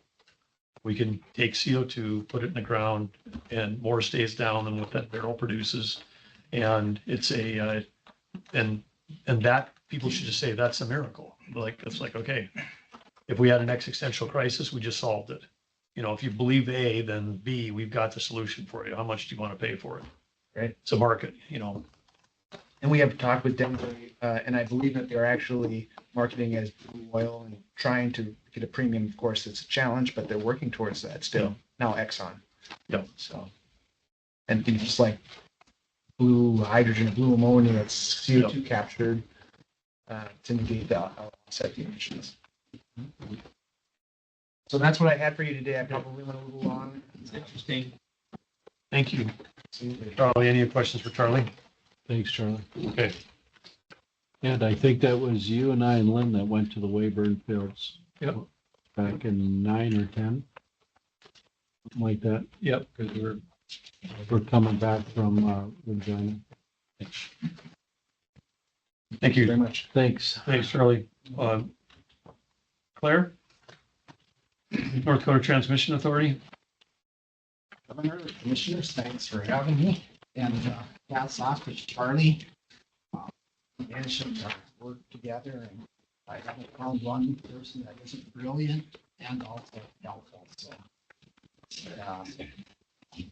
So we have 4 things to talk about today. Our 2 annual reports, data center technical conference, and then an update on these connectors. I won't talk too much about the annual reports because they're a history lesson. You've been through them, but one of the major things I wanted to point out was the warm welcome I got in the industrial office suites. And we, with Karen and Reese's help, we got an office. We got all our files for the NDTA moved onto the state IT system, which is awesome. So very, very nice to be there. I had a commitment when I started a year ago in this position to reach out to every transmission owner in North Dakota, and I did that. I went to their sites, so I went to Fergus Falls or Otterdale and so forth. So, and Excel. So those visits have proved useful. They share more when you go to their house, and it's helpful for me to understand the broader grid. Thanks for that outreach, Claire. You're welcome. And we did a couple resource adequacy studies in coordination with the Attorney General's office. Phil's been most helpful with that, and you've seen those reports. And today we started a transmission capacity study earlier in this year, and now are working. You approved it last month, the CERC, working with the ERC to expand the scope of that. So we're looking at flows, dynamic flows of the transmission system. What happens when we put a data center down here, or where would be the best place to put loads like that? Where does generation go in the future to optimize the grid, but more importantly, keep the lights on? So we'll be talking more about that as the year progresses, but getting that rolling. Of course, IIJA grants that we've already heard a little bit about today, and grid resiliency grant that we supported for North Plains Connector. On the resilience of the electric grid in North Dakota annual report, another report required by the legislative. I joined the Midwest Reliability Organization as an adjunct member, not a utility, but wanted to be an inner circle on those discussions and those meetings, and enjoyed that. There's 5 risks. They identify 5 risks to grid reliability, and energy policy moved up to number 1 this year. So that's through the NERC and through the Midwest Reliability Organization. So the things below it really almost all tie back to energy policy. So thanks for your interest in energy policy and efforts to influence that. Reese, I don't know, did you get a chance to get these reports to? Yeah, they're in the packets. Okay, so one of the positive things from this past year is now the RTOs speaking out about grid resiliency and concerns. So I guess Reese got you this report, one from MISO and one from SPP. They're really well done. MISO's message is the transition to get to decarbonize end state is posing material adverse challenges to reliability. SPP CEO says changes in supply, demand, extreme weather is stressing and causing enormous grid alerts, so, and limits on our energy reliability. So it's a serious problem, but the good part is people are attentive to it. So that's a big step towards solving the issue. The next topic was the data center technical conference that was organized by the North Dakota Public Service Commission and hosted by the 3 commissioners. They had 3 groups. The first group had data centers, turned out to be 1, Applied Digital, Department of Commerce, and the Association of Counties that visited about their concerns or challenges and opportunities. And then SPP members, which includes Basic Electric Cooperatives in North Dakota. And then the third panel was MISO members and including MISO staff, so Xcel, Otter Tail, and Dakota Power. Came away from that with my takeaways from it is this artificial intelligence and data center growth is real. PJM, that's the RTO in Northeast United States, believes that they'll see the growth equivalent of the city of New York City by 2030. So there's a lot of lights in the Big Apple. Can you imagine that in just 6 years? Cryptocurrency, from what I read, could double across the world, and AI and data centers load could double by 2026, 2 years. And today, or in 2022, it represented about 2% of energy consumption. So, And do they have an estimate of what it's going to?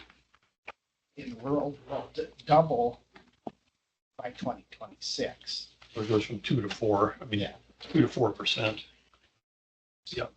Could get to 6 or 8 by a So, decade. yeah, easily. So, and then SPP, one of our RTOs, they're seeing 10% growth. I was at Basin's annual meeting and soil, of course, and some data, but primarily oil and gas, their growth over the last few years has been 7.5%. That's huge for utilities. So that was Just Basin alone. 7.5% in demand. It's got to be one of the highest in the country. Yes, I would think. So when I was, my Upper Missouri days, we were always the highest. From since 2012, we were the highest growth area utilities. So anyway, there's lots of generation needed to accommodate this. Commissioner Fedorchak is statement is, we need to have this here, not in China, domestically. And what better place to have it in North Dakota, where we have abundant natural gas, abundant coal, abundant wind. We have favorable tax and energy climate, and also the climate itself. And this came from Applied Digital, where in North Dakota, if you have a megawatt or 100 kW of computation going on, you need 130 megawatts or 130 megawatts of power to run that system. If you put the same setup in Georgia, you need 150 megawatts because you need more energy for cooling. And then in North Dakota, they aren't using any water except for fire suppression and that kind of thing. In Georgia, they use a significant amount of water to work in the cooling process. So, Oh, sure. so that we have quite the advantage to locate that here. Then we show up at the conference, sort of community opposition, people that are concerned about near-term pricing and demand. And Did that come up at the yeah, conference? did anybody show up and talk about that? Wouldn't that be an advantage though? Because we're seeing anytime that you increase the scale and you, for the most part, have the infrastructure built, it actually should lessen the cost for everybody within the system because you have more being used. So your fixed costs are your fixed costs. The variable costs are being absorbed by the largest users. And the Public Service Commission has reviewed that, like with the Allendale project, where it's actually a net benefit to the members of the MDU. Did they publish anything on that? I would guess it I'm would. not asking Yeah. as opposition, by the way. I just said near term, there were the concerns being raised in northwestern, some other areas. Right. Demand was elevating price. They say they were, but up there, I mean, these are two different, Two different. Williston thing versus whatever, part of that's management decision and pricing decisions, because what Doug said is actually right, because you've got a large user now contributing to the overall fixed cost, which can then lower your, as a steady user. And I think they're committed to actually lowering rates around Ellendale. Yes. Around Ellendale for the co-op users, because now they've got a big industrial use. And then the opposite was up, what you were saying was up there like, oh, this is gonna raise our rates. And it's like, no, if they price it right, it'll actually lower their I was rates. just saying it. I read it in the paper, so I don't it's know. like, must be real.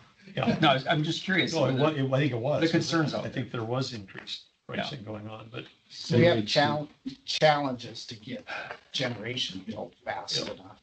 And so there's concerns about these are big companies with lots of depth. So, and I have not seen it, but I had heard rumors of those companies going out to look at their own generation, their own transformers. So of course, at the supply chain, it was the utilities and those were the people out buying it and long lead times. And then you get Google and Apple and Microsoft out buying, putting in orders, it's putting pressure.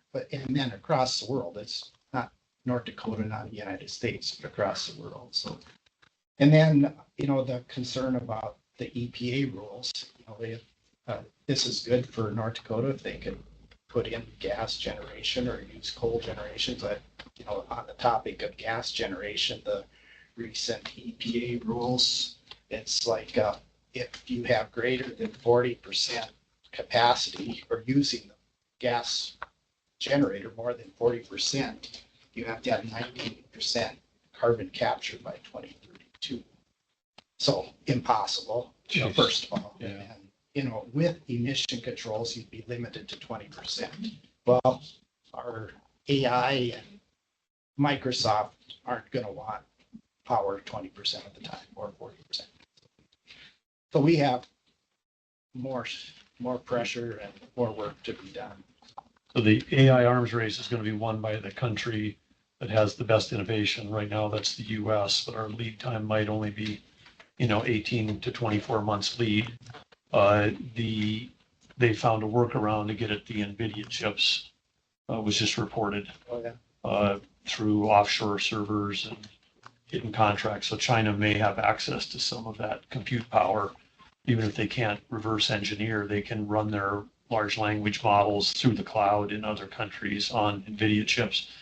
And so we have a lead, but the winner is going to win if they've got to maintain the power. And we've got, as you noted, under that one of your reports, it's got extreme risk.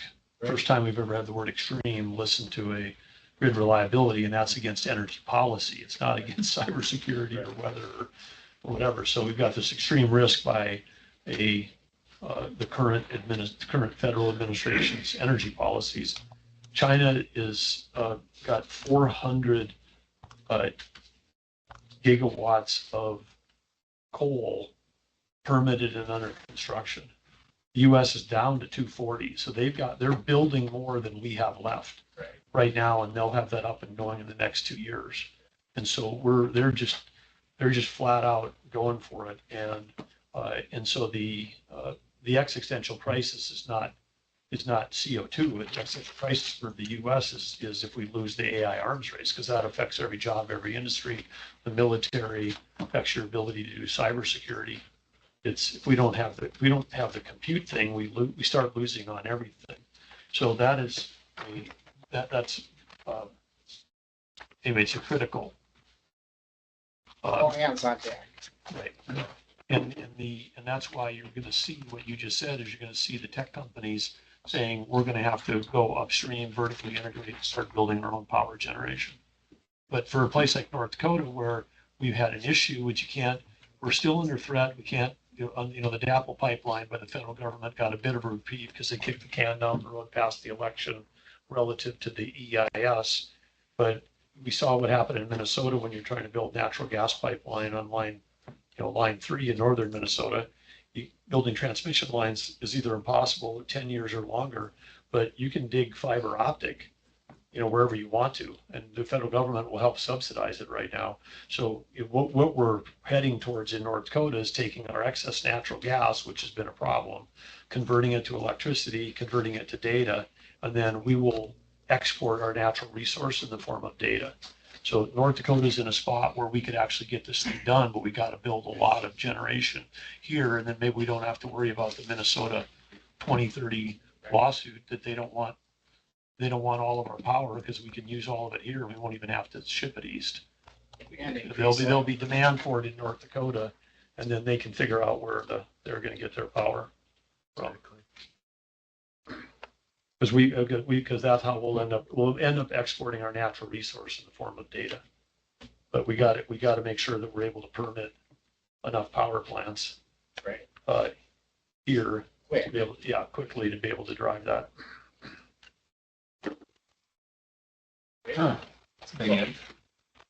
Thanks for your support. Yeah. The last thing is just North Plains Connector. This happened since the last meeting where they were awarded a $700 million August 6th. Yeah, it's a $3.6 billion project, and it's a quasi partnership between North Dakota and Montana just because it exists in both states. We supported the application. It's basically a new interstate highway for electrons. It increases our export capacity, also import if we would ever need it coming the other direction. MISO was in town last week, and they're very excited about this for helping stabilize the grid on a greater perspective. And then connecting all these markets, SPP, MISO in the west. And then a little bonus is a 27-mile line from Standing Rock to help them get their wind project integrated into the grid. So this, you've seen this picture before. And then here's the plan on it. It'll haul 3,000 megawatts of power from west to east or east to west. So Claire, just a quick question on that. Understand where the source is. Colstrip, how many states do they serve? So Well- that power would get distributed from Washington, maybe clear out to Utah or, I don't Colorado? know about south, but I know it goes to Washington, Oregon. And when this all gets completed with the help of the partnership with Minnesota Power Elite, then it goes from Center to Duluth. And MISO has in their plans another line from Duluth that goes into Michigan. So Hmm. it cuts across the greater part of the United States. if they'll allow the transmission to go in. Right. Yeah, it's, This one will Easier likely here. happen, yeah, but yeah. well, yeah, you think about how many landowners there are per township out there compared to Iowa or Michigan, it'd be significantly different, easier Yeah. process. So, Thank you. The next steps, and Reese, maybe you want to talk about how we working with Montana. I'm out of my league as far as the grant for Grid United. So Montana was the prime applicant. But certainly we're a beneficiary of it, so we would need to work with the Montana Department of Commerce, them as the lead applicant, but just ensure that we remain in contact with them and regular communication and assist them, but they are really taking the lead on it. And our goal, and we've had good conversations with the Department of Commerce there, but the goal is to make sure that our colleges get money, United Tribes and Bismarck's state, and making sure that we get our share of those dollars for helping our communities. That's all I have. Governor. That's important because the initial thing I saw, I did the math and it looked like that Montana was getting the lion's share of the community support dollars. And I'm sure it had nothing to do with Senator Tester's reelection attempt this fall. Kidding. So I forgot to introduce my guest. It's Dr. Ken Hellebank. He recently retired from NDSU Extension. You would probably know him, Commissioner Gordon. We have our wives out in Medora celebrating our 42nd wedding anniversaries. We've been friends since NDSU college days. And now we need to get back pretty quick because our wives are celebrating without us. And they have a credit card. Thank you. thank you. Thank you. Good to see I you. thought that, Happy anniversary, gentlemen. yeah. Yeah, no kidding. Take care, Ken. I feel. Gentlemen. Bill? Next up, legal update. Okay, so late breaking news, just got the order as I was walking in here of the Northwest Landowners First Industrial Commission pore space case. Summary judgment was granted in favor of the state. Good job. Well, it was on procedural grounds. Plaintiffs brought facial challenges. Bill, don't talk us off our. Let You us- win. You're like, good job, Bill. I'm sorry, go ahead. But plaintiffs brought facial challenges as distinct from as-applied challenges. I won't speculate as to the reasons for doing so. Trial court said that facial challenges were blocked in part, and other ones were blocked by the statute of limitations. Anticipate they'll be appealing at the Supreme Court.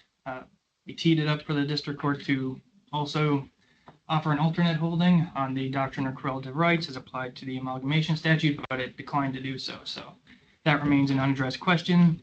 Now plaintiffs will either appeal this to the state Supreme Court, or they may amend their complaint to bring as applied challenges as distinct from facial ones. But as of now, a win. Yeah. And then moving on to the federal lawsuits, the BLM venting and flaring and the BLM conservation rule. Both of those are still pending in the District of North Dakota. The federal government's trying to move both of those out of North Dakota. We are trying to keep them in North Dakota. So waiting for the judge to rule on those decisions. The NEPA litigation, where us and Iowa are leading 21 states. We've completed we've done our initial summary judgment brief. Waiting for the feds to file theirs end of this week. Then we'll be filing a reply, and then we'll be waiting for the court's decision. And then on to the EPA MATS and carbon rules. Both of those are at the Supreme Court. For the MATS rule, us and 22 other states filed our emergency stay application with the Supreme Court the Friday before last, and we're waiting to see if the Supreme Court directs the EPA to respond, which we're hopeful it will. And in the carbon rule, also at the Supreme Court on a similar posture, the Supreme Court directed EPA to respond. They did. The states and industry applicants filed our replies, and now we're waiting with bated breath on the Supreme Court's decision. How many are we together with on the carbon rule? Carbon rule, 27 states are challenging it. Yep, and on the methane Quad O rule, that's also now at the Supreme Court in an emergency stay application posture. That stay application was filed on Friday. And we're with 24 states on that stay application.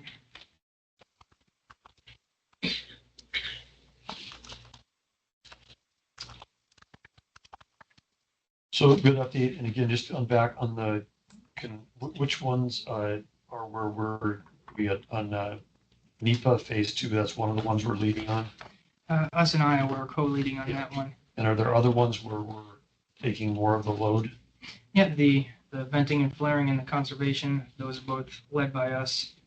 And the MATS rule is led by us as well.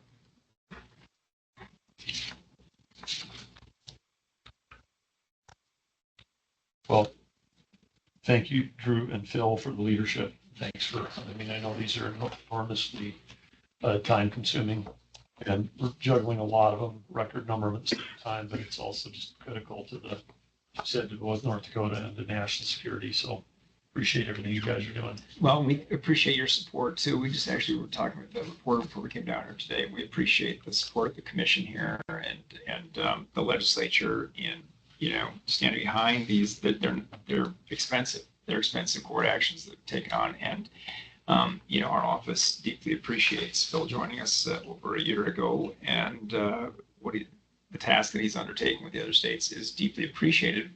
More important than how much I appreciate it and we do is the benefits to North Dakota. They're real, and they're putting together, armies of people going at each of these. And I on a personal note, appreciate very much knowing Phil's personal input into the output, because the briefing is excellent and it can make a real difference and is. So, Phil, I'll just say to you what I've said to you in private, I'll say it here just publicly, just keep at it. It is deeply appreciated. It's making a big difference. And also just talking with the report today, going through it, there's gathering public interest. They see that there's been a flurry of activity in the last many months, and it was sort of fun to go through and debunk this idea that this is sort of political. Like we're just against the Biden administration, and what they need to understand is the Biden administration is against North Dakota's, the region's, and the nation's critical interests. They just aren't willing to acknowledge it. So No, and when you say they're expensive, they're designed to be expensive. For sure. They were designed to try to economically crush industry participants, because if states weren't fighting these things, these are the kinds of things that put, individual companies would just get crushed. Do you think take 27 states gathering together and pushing back, and the states think it's expensive? These are things that would be impossible. So they were designed as industry killers. And they are overlapping, because if one of the missiles doesn't get through, another one does. Through the using an Iron Dome. Phil's our Iron Dome. They're firing like 30 missiles at the same time. The way they overlap with each other, it's like we have to kind of stop all of them Yeah. because any one of them Yeah. could still deliver a serious blow against our national security interests. Oh, that's absolutely right.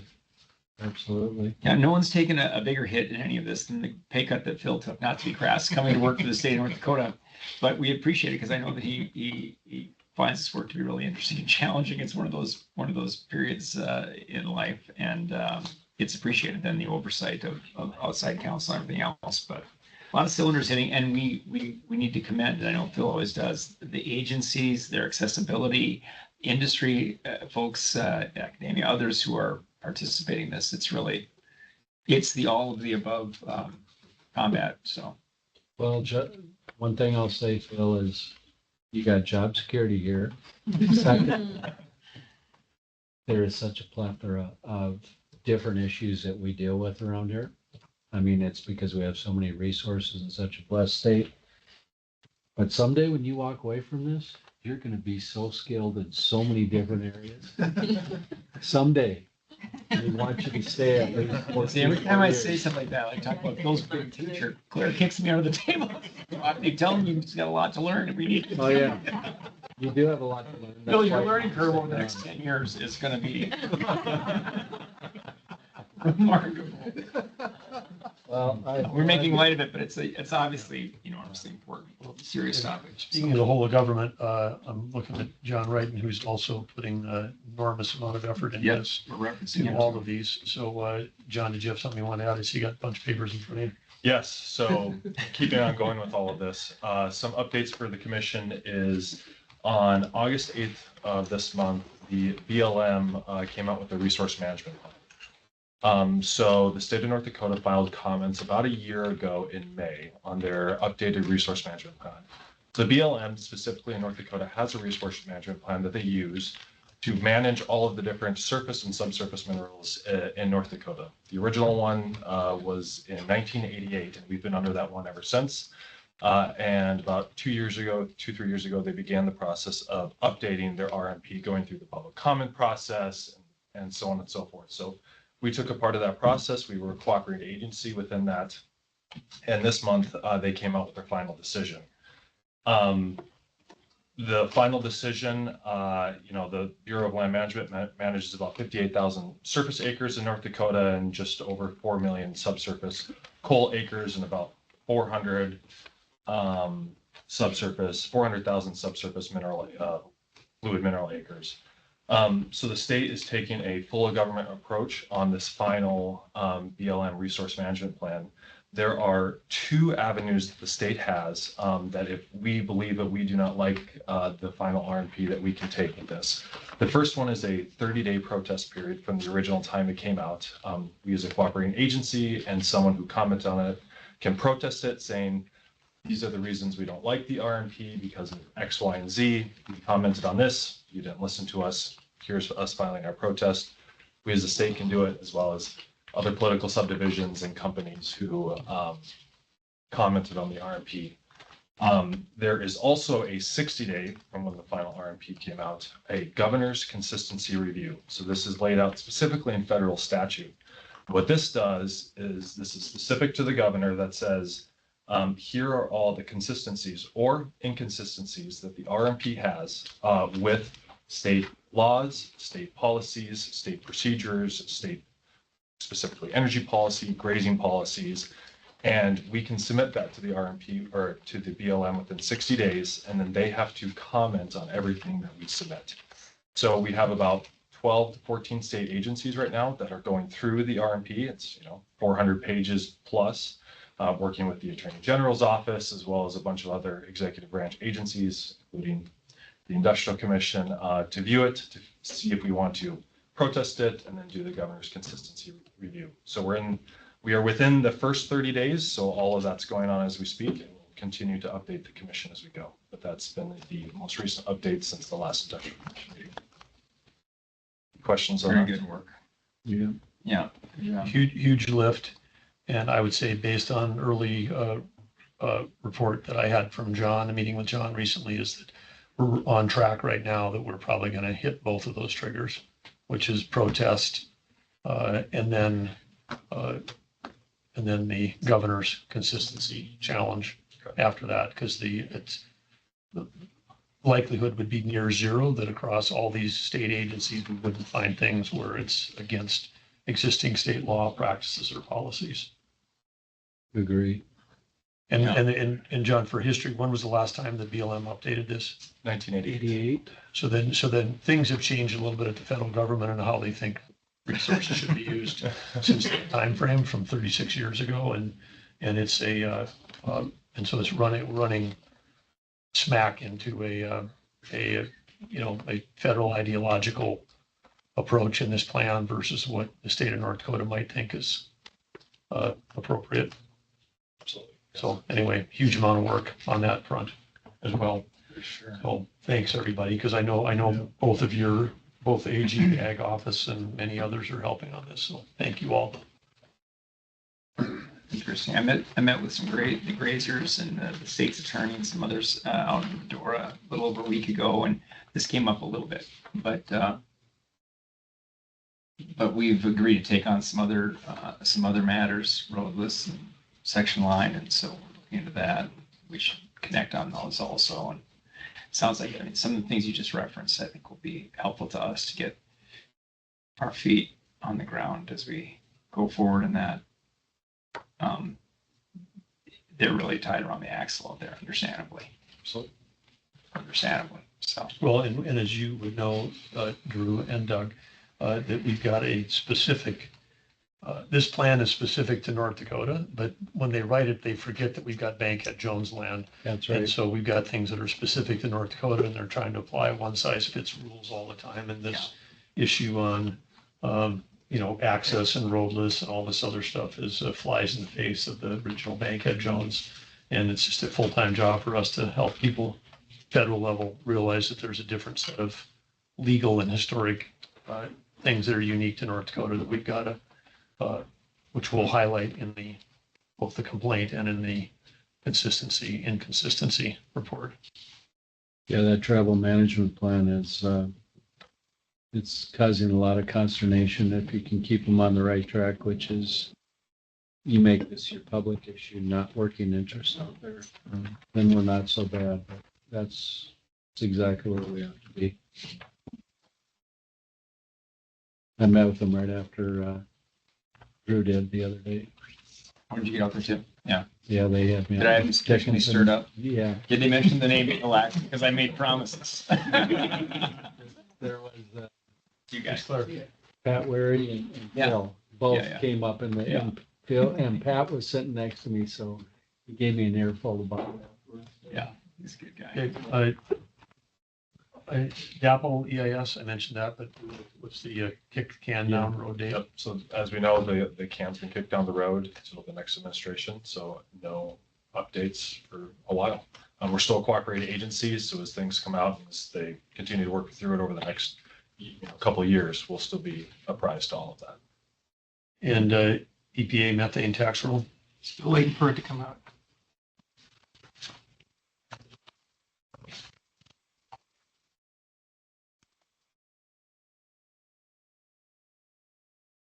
Okay, all right. Okay, so does that conclude the legal update? Does. Yes, sir. Okay, so, Thanks a lot, Dylan. right, so we're moving on to, and welcoming Dr. Bill and Elevator, Vance and Kathy.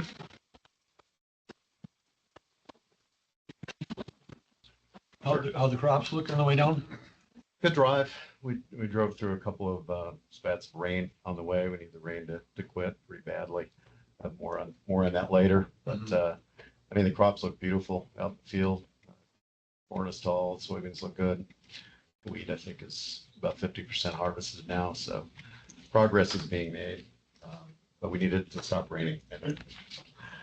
And which route did you take? We just came interstate all the way this time. We'll probably go back through your neck of the woods there, I think, and Take the shortcut, can see, yeah. save some miles. Yeah, it's a great shortcut as long as you don't have construction where you have to sit there for Yes. 15 minutes this time of year. So always nervous about that. But, That happened. I went to Newtown yesterday mhm. and it's cold stop 15 minutes both directions. And when you get up to the thing, I thought, is this a practice? I can't even figure out. I talked to Chairman Fox when I got there. I couldn't, there was nothing there when I got there. Is something going to happen? I Yeah. don't know what it was. They're practicing. But yeah, there's a lot of that this time. Yeah. Well, good afternoon, everybody. We'll start with Kathy's report on our 2024 transfers. The transfers for fiscal year 2024 were made on Monday, July 22nd. So we did a 5% of our profits to the egg product utilization fund. So that was $1,039,758. And then 50% of the profits after the egg transfer were transferred to the general fund. That was $9,877,704. So our total transfer amount for fiscal year 24 was $10,917,463. So largest transfers we've ever made. So obviously reflecting our profits. So it was good. Congrats on the records. And on to our fiscal year 24 results and the fourth quarter. We did finish fiscal year 2024 with fourth quarter profits of $5,767,000. That's slightly under last year's fourth quarter profits of $5,923,000. For the full year of 2024, we had profits of $20,795,000. And that's versus a profit of $17,238 last year. That's an increase of 21%, a new record. We increased profits were driven mostly by the increased shipment volumes made possible with the new H&I mill and also basis gains over the year. Fourth quarter sales were $122 million. That's compared to $125 million last year. And sales for the year were $504 million versus $502 million. Last year due to the lower average wheat prices that we saw throughout the year. Shipments in the fourth quarter were 4,540,000. That's compared to 3,990,000 hundredweights last year. That's up 13% for the quarter. And shipments for the full year were 17,529,000 versus 15,931,000. And that's up about 10% new record for the year. We processed about 91% spring wheat and 9% durum for the quarter. Bag and tote shipment volumes were up 25% for the quarter and about 18% for the year. We did a couple of new distributors and had good demand from our current distributors. Family flour shipments increased by 95% in the fourth quarter and also 95% for the year. We continue to have strong demand from our private label and also nice demand on our own branded family flour customers. And that's just a huge increase year over year? I mean, is there something going macro trends? I mean, are our competitors seeing the same kind of increases or is it the way we're recording this where the private labels bundled into family? Family flour since COVID has been strong. There was a huge increase during the 2-year shutdown. Then those families built up huge inventories at home because there were some people hoarding flour, and then it evened out and kind of came back like gangbusters. It's up pretty strongly nationwide. I think we're getting more than our share. Not everybody's up the 95% that we are, but people are enjoying baking at home more, and we're benefiting from that. Do you think some of this is inflation related where baked goods, and everything the prices went up so high that people said, hey, I can't afford to buy. I gotta start baking at home and use my oven as opposed to.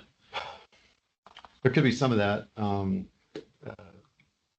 Quite a few of our customers service the restaurant trade, and that's been pretty strong for us also. There were quite a few restaurants that shut down. I think total restaurants are down by quite a bit nationwide. But the restaurants that are still open are having pretty strong demand and pretty strong volume there. So that probably does have something to do with it, I think. But it's it's a little bit more complicated than just, it's cheaper. I think people are just, they found that it was, a fun thing to do with the family and the kids, and just that there's just a lot of, side benefits to baking at home, I think, that's driving most of it. And then organic, which I know was a growth segment, is that growing nationally? And we're not getting our share, or is that thing just sort of is the bloom off the rose relative to flour versus organic flour? There just isn't demand between the two things. We finished the year pretty even on organic. We actually decreased 9%. We were down about 30% for the quarter. Organic grain was scarce for us towards the end, and our customer list is a little bit shorter on that side than for conventional flour. We had a couple customers that were down that drove that. That kind of varies year to year on how we compete for the organic business and the amount of availability of organic grain in the state there. So I'm not sure we fully understand it, but it was hard to come by and expensive towards the end of the year, and that dropped our volumes back a little bit. Were growers getting out of the organic business because it's not? I don't have those numbers. The organic growers, I think, stays relatively constant. They're pretty committed to that. It takes quite a few years to set up a field to grow organic. I don't think there's a lot of new organic farmers coming into the business, but I think the current ones say that number stays relatively consistent. Do you see anything there, Doug, in terms of that? Yeah, this is right. You don't see people coming in and out of it. The diversity in the operation, what they're producing, will change. So then you'll see that production go down on spring wheat, for example, just because in their rotation, it just doesn't fit that year. So it's likely if prices stay high, then it's likely to go up. So I suspect this growing season, they probably planted a little bit more, and we'll see what happens. Hope so. Yeah. It's a nice business where we can find it. We enjoy doing it. That's probably some of the highest margin business we do. It's highest production costs that we do too, but it's nice margin business, and we enjoy it. We try to do as much as we can each year. And what's the premium to the grower?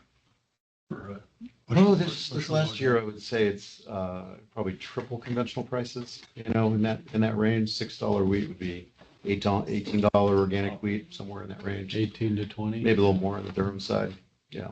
So it's but there's a yield drag, and there are some offsets for the farmer as well. More labor, more cleanouts, separate bins, all lower that stuff. Yeah. Higher production costs for them, lower.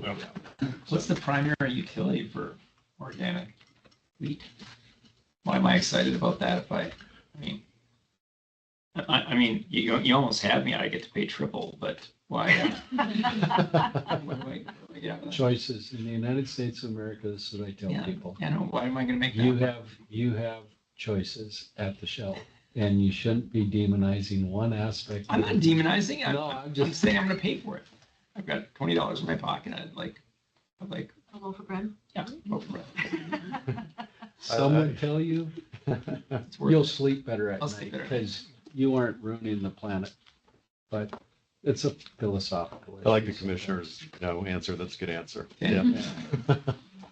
I'm for it. Total wheat purchase, which is very important to us, was 9.4 million bushels for the quarter, and 37.2 million bushels for the full year, which was another new record by far. On to the business discussion and outlook. Operating costs for the quarter was $3.03 per hundredweight. That's versus $3.72 per hundredweight last year. Full year operating costs was $2.86 per hundredweight versus $3.03 last year. That's down 5.4%, which doesn't happen very often, mainly due to our increased shipment volumes, offsetting increased labor costs and inflationary issues in that. Gross margins as a percent of gross sales was 17% versus 17.5% for the quarter, 15% versus 13.3 for the full year. So volume up and margins up also. Sales team did a great job. Our entire team of employees at the mill worked hard together all year long, of course, to achieve these record results. Going forward into fiscal year 2025, we have a large, good quality spring wheat crop and durum crops to work with, I would say. We are seeing lower protein levels this year and spotty disease out there. There's some falling number issues with the wet harvesting conditions coming at us.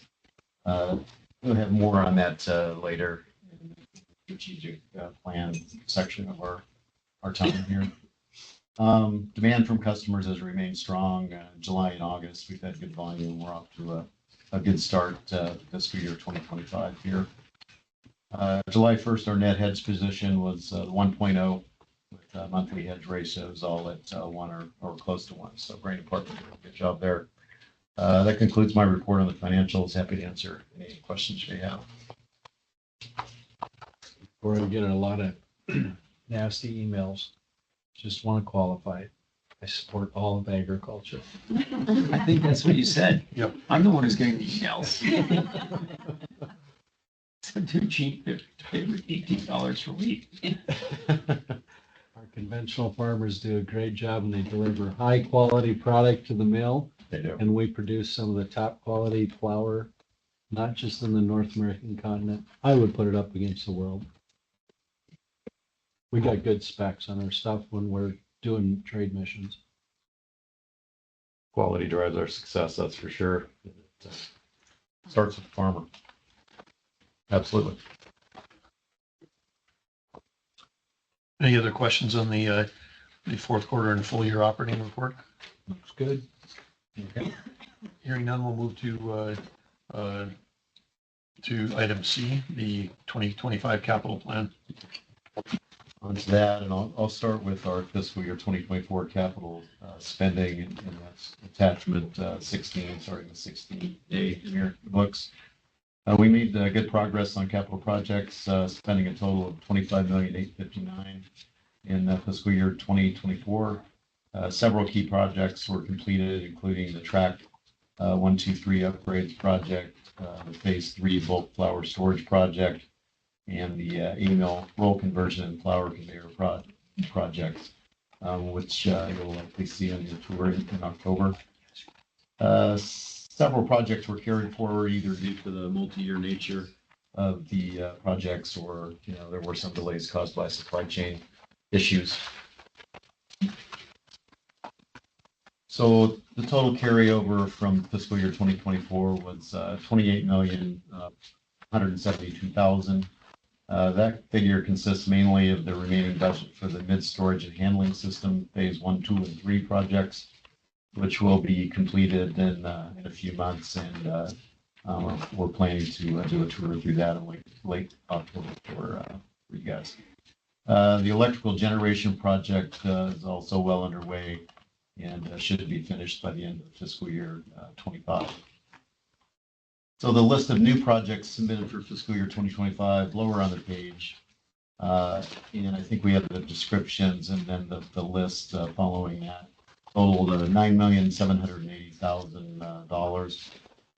The following pages, as I said, include the description for each project, starting with the grain terminal, leg head and boot conveyors engineering project, long name.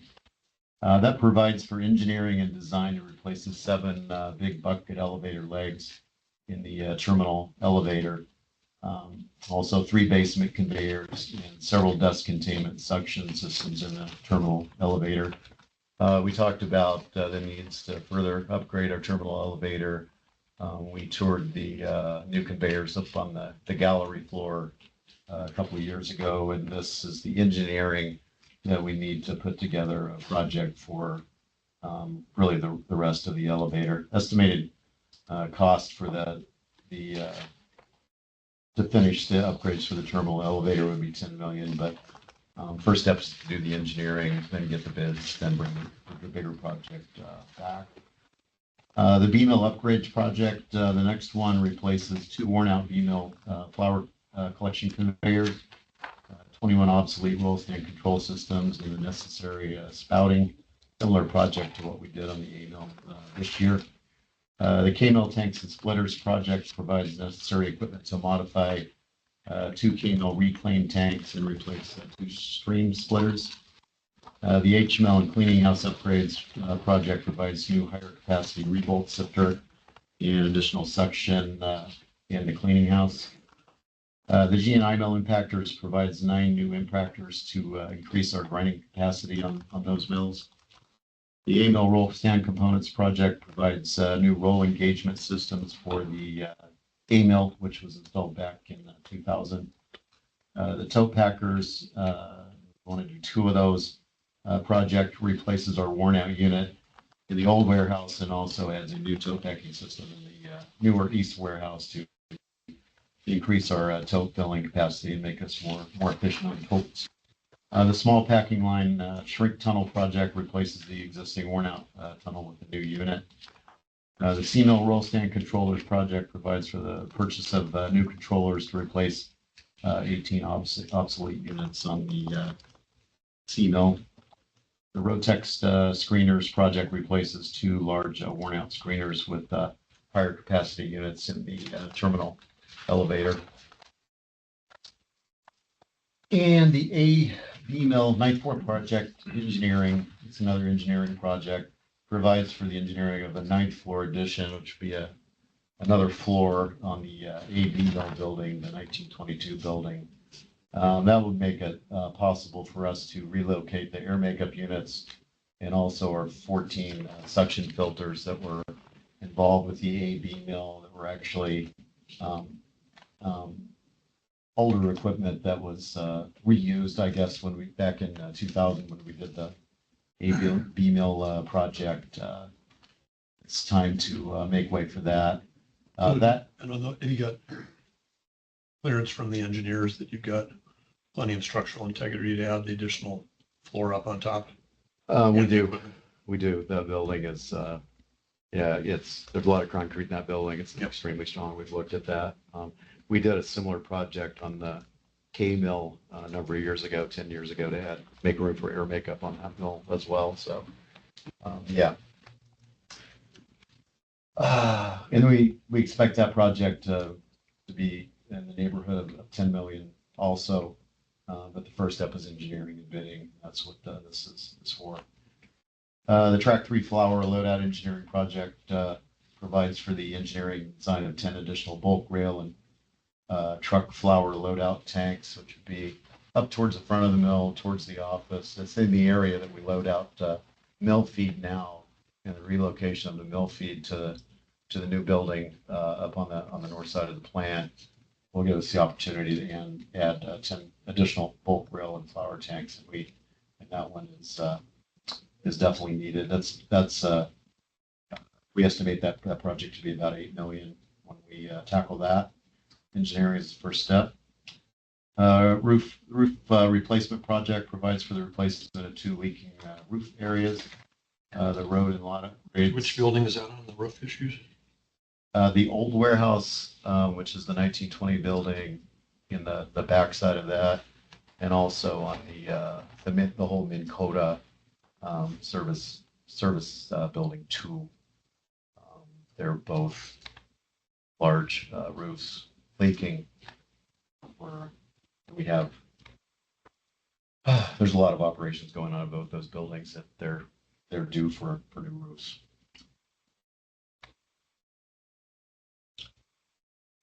The road and lot upgrade project provides concrete paving to a high traffic loadout area in front of our grain inspection building, and also fixes an access road to our shuttle unloading area. The rail track upgrades project provides upgrades to 7 worn out track areas, replacing the old 90-pound rail with a 115-pound rail. We work in 7 different areas there. The lockers and bathrooms upgrade project replaces old employee lockers and refurbishes bathroom and shower areas. The lab equipment project replaces several worn out pieces of lab equipment. The front end payloader project replaces a worn out unit and will trade in our old unit. The skid steer project replaces another worn out skid steer unit. The air compressor project replaces 3 worn out 50 horsepower air compressors in the AB mill area. The spare transformer project provides for 2 additional spare 2,500 kVA transformers, large transformers. We're adding another new transformer to the that will power the mids and handling and storage area, which will eliminate the spare that we already have. That gives us enough of those 2,500 kVA transformers where we need 2 spares. The switchgear replacement project replaces 15 obsolete main switches with bus bars and several electrical rooms. That's 1970s era equipment. Computers and technology is for IT system improvements, replacements, and upgrades. Other capital is for unseen capital project needs during the year. And again, the total for new projects is $9,078,000 and will be financed through our operating line and with profits. So I'm pretty happy to answer any questions on the new projects. On the carryover from 2024, the $2.5 million for the electrical generation, remind me that whole project. Okay, but presently we have one large generator. It's 3,000 kVA, I think, that can power. It's about 25% of the mill. One of the new generators, actually, we're going to move the old generator over to the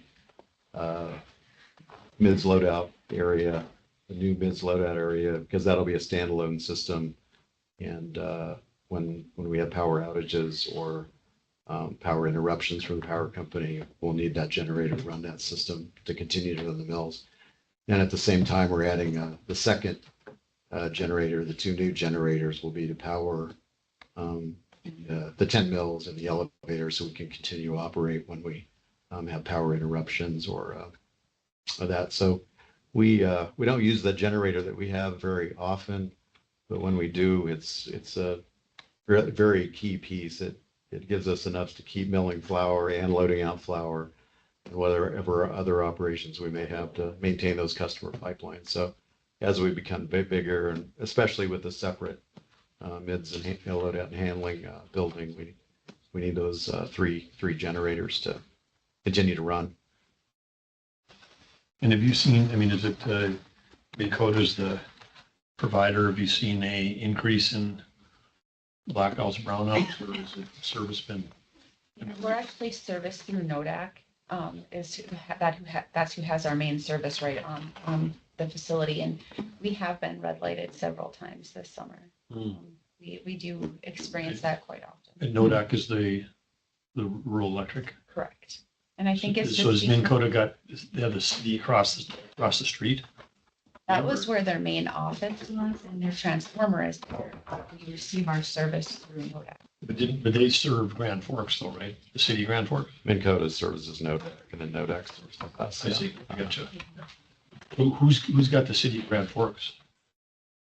I think Excel Energy has a portion of. So it's Grand like Forks. Fargo, where Excel's got the city, and then Yeah. Cass County's got. I mean, Cass County Electric's got everything that's Rural. Yes. well, not even that rural. I mean, they got probably West Acre, the stuff that used to be. Sure. Yeah, and obviously the mill was rural at one point, Yep. So that's why they fell under the NODAC umbrella.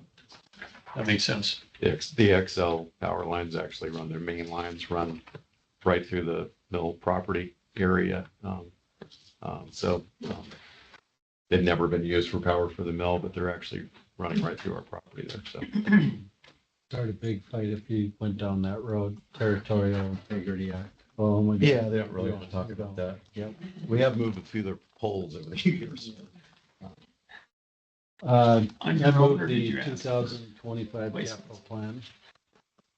We have a motion to approve the 2025 capital plan. We have a second. Any other questions? No. Fine. I would just point out, there was one addition to your handouts. If you look behind that page right there. Yep. Kathy put the graph together for you that Yeah. shows the capital expenditures is approved versus the actual Capital spend. spending. So that was the request that you had, so just wanted to Yep. point that out. That was put together for you. Because we had the carryover accounted for in here. Yeah, and I think there was a question on the carryover as well, so I can clarify that for you. On the first attachment A, the over/under number, that's anything over and under on the budget, but not all of those projects carried over. So some of those projects that were closed were under budget, and then that's accounted for in that. So then what was actually carried over was the 28,172,832. And then on the major capital projects list that you were provided with, that number of carryover is different because that major capital projects list only lists the projects of 250,000 or above. Hmm. So you're missing the smaller projects in that calculation. So sorry for the confusion on that. Just lots of different documents, Yeah. lots thank of you. different numbers. And then our rate on, are we tracking a metric on the capital spending relative to, as a percentage of overall planned assets or a percentage of depreciation? Because, I mean, we're getting bigger, we're putting more capital in. We put a lot of capital in the last 7 years or 8 years. And I know that we took a little dip in return on invested capital when we upped our capital, but now we have years like this where we got record profitability because we've got record wheat purchases, record hundredweights of sales, and we've got, increasing margins because of in part, the team, and in part because the capital investments, building a more efficient plant. But what's the measure that's being used internally to track? Is it return on invested capital? Because we used to have that presented and I didn't see it in here. There's return on net assets. Yep. But not necessarily on invested capital and individual project perspective. We can track that, obviously by mill with like the new mills that we've put on, the G mill, the H mill, the I mill. We know exactly what's coming off of those mills and we know what we're making on a per hundredweight basis of what goes out to our customers and that. So we do have that information available on the production projects.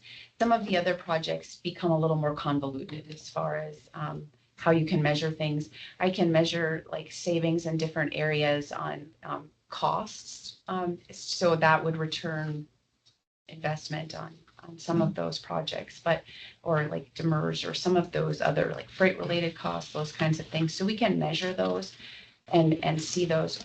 But currently I wouldn't say that I'm breaking those out on a regular basis. On the return on net assets, is that net of what of depreciation or net of what's being netted out? It's taking our average net asset number, so the 2 years divided by 2, and taking that and putting that into the net income that's provided for the year. But then is the net asset number coming down with depreciation? Correct, yes, it is. Okay.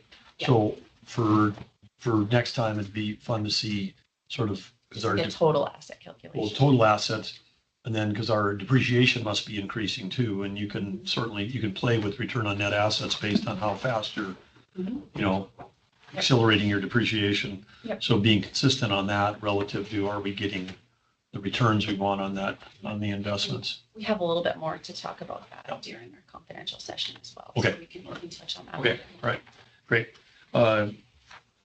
We have a motion and a second on the capital plan, which is the one that's as presented on attachment 16C.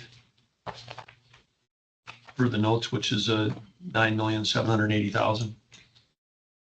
Call for the vote. Commissioner, Yes. Attorney General, Yes. Governor, Yes. Motion carries. Thanks for that. Appreciate the support. We'll go on to the fiscal year 2025 gain sharing program.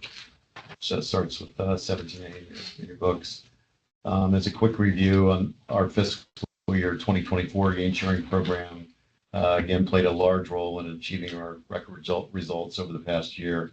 All North Dakota Mill employees worked hard together as a team, making great effort throughout the year with tough market conditions at time to achieve 4 out of 4 goals.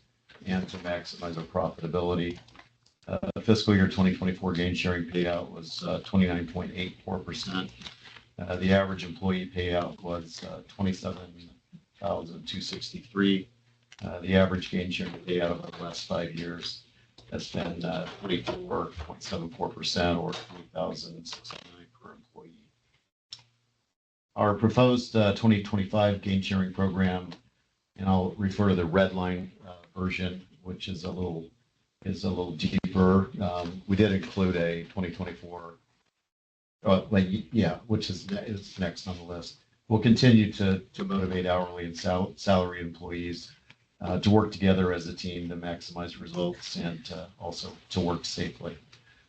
As was the case last year, to allow for capital spending on projects such as the flower packing system for fiscal year 2024, the plan will not pay out any bonuses on the 4 goals if profits do not exceed 5 million, and will not pay out on the profit part of the plan if profits do not exceed 10 million, and that's a change and an increase to allow for the capital spending. As you know, we have considered the use for signing bonuses and short-term retention bonuses to assist the mill in hiring and retaining employees. And along those lines, we propose to eliminate the 1,000-hour requirement for eligibility. We're feeling this would help to attract and retain new employees and eliminate the need or consideration for other bonuses. Employees would still be required to be employed by the mill on June 30th at the end of the year, fiscal year 2025, to be eligible. On the goals for this year, we increased the hundredweight per man hour, which is the total flower volume produced in hundredweights divided by the total plant and administration hours worked. We've increased that goal to 41 to make it tougher to achieve and to allow for our increased production volume.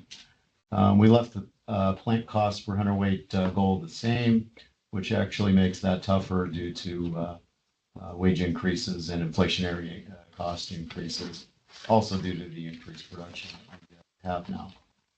We set the yield goal at the same 77.8% week round. That's a tough goal to make. It requires a year-long effort by all departments. We did achieve that goal last year, but not by much, but it took everybody's effort and we did make it. The safety goal is set at the same points as last year. And as I've said before, it's our most challenging goal, especially with the 14 additional FTEs that we've added. And as a review for the points, it's 5 points for a lost time accident, non-lost time accident, 10 for a lost time accident, and 2 points per day for a day of a lost time accident. So one severe lost time accident can cause the loss of fiscal. And we are happy to say that we had 0 lost time accidents in fiscal year 2024. On the profit portion, we propose that the payout for each employee for the first 10 million in profits will be 5%. That's 0.5% per million, and that's a change due to the spending of capital dollars to increase our efficiency and production capacity. And then over 10 million, we would be an additional 1% bonus payout for each additional million in profits. So that's a change. We hope to have another successful gain sharing program to discuss next year, which will mean we had another great year. I'd be happy to answer any questions you might have and would ask for your approval at this time. Yes, a couple of questions.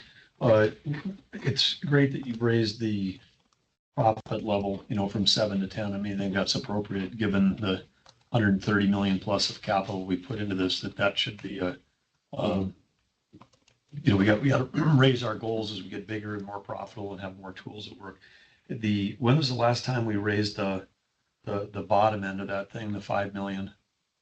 It's like, because we say we don't pay, if it's below there, we don't pay anything. Did you guys have any discussion internally about raising the floor? I mean, we're raising the threshold on the higher end, but we did. On those 4 goals, we had a lot of discussion on that, decided to leave it the same. I think we increased it last year.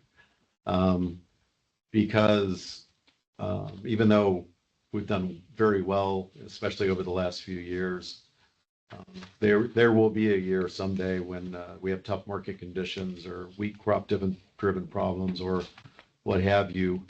And we feel like it's important for them, even if our profits are between 5 and 10 million, that there be the incentive there to make the certain goals. And the goals that we have set that involve the safety and the yield and the cost per hundredweight and the hundredweights per man hour, that's stuff we need to focus on all the time to maximize profits, even in the tough year that we may have, 1 out of every 20 years.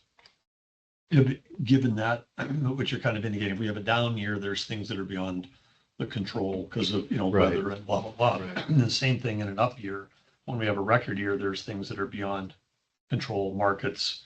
I mean, some of the basis is based on decisions we're making on, marketing and hedging, but there are things, when we have a great year, we got inventories, prices, inflation, those things can all drive things that are also beyond our control, but they show up, those uncontrolled things show up as high profits. Mhm. And then we have the high payouts. So was there any discussion that the things that are more controllable, like the cost per hundredweight or the yield or the safety record, would actually have a higher weighting than profit? Because as our profits go up, the way this model works, we're paying more out on the profit portion of it. And that's the piece that's got the most, that either one individual in management or somebody on the front line's got very little control over those large external factors. Yeah, when we originally developed this program, and every year when we discuss it, we think about those things.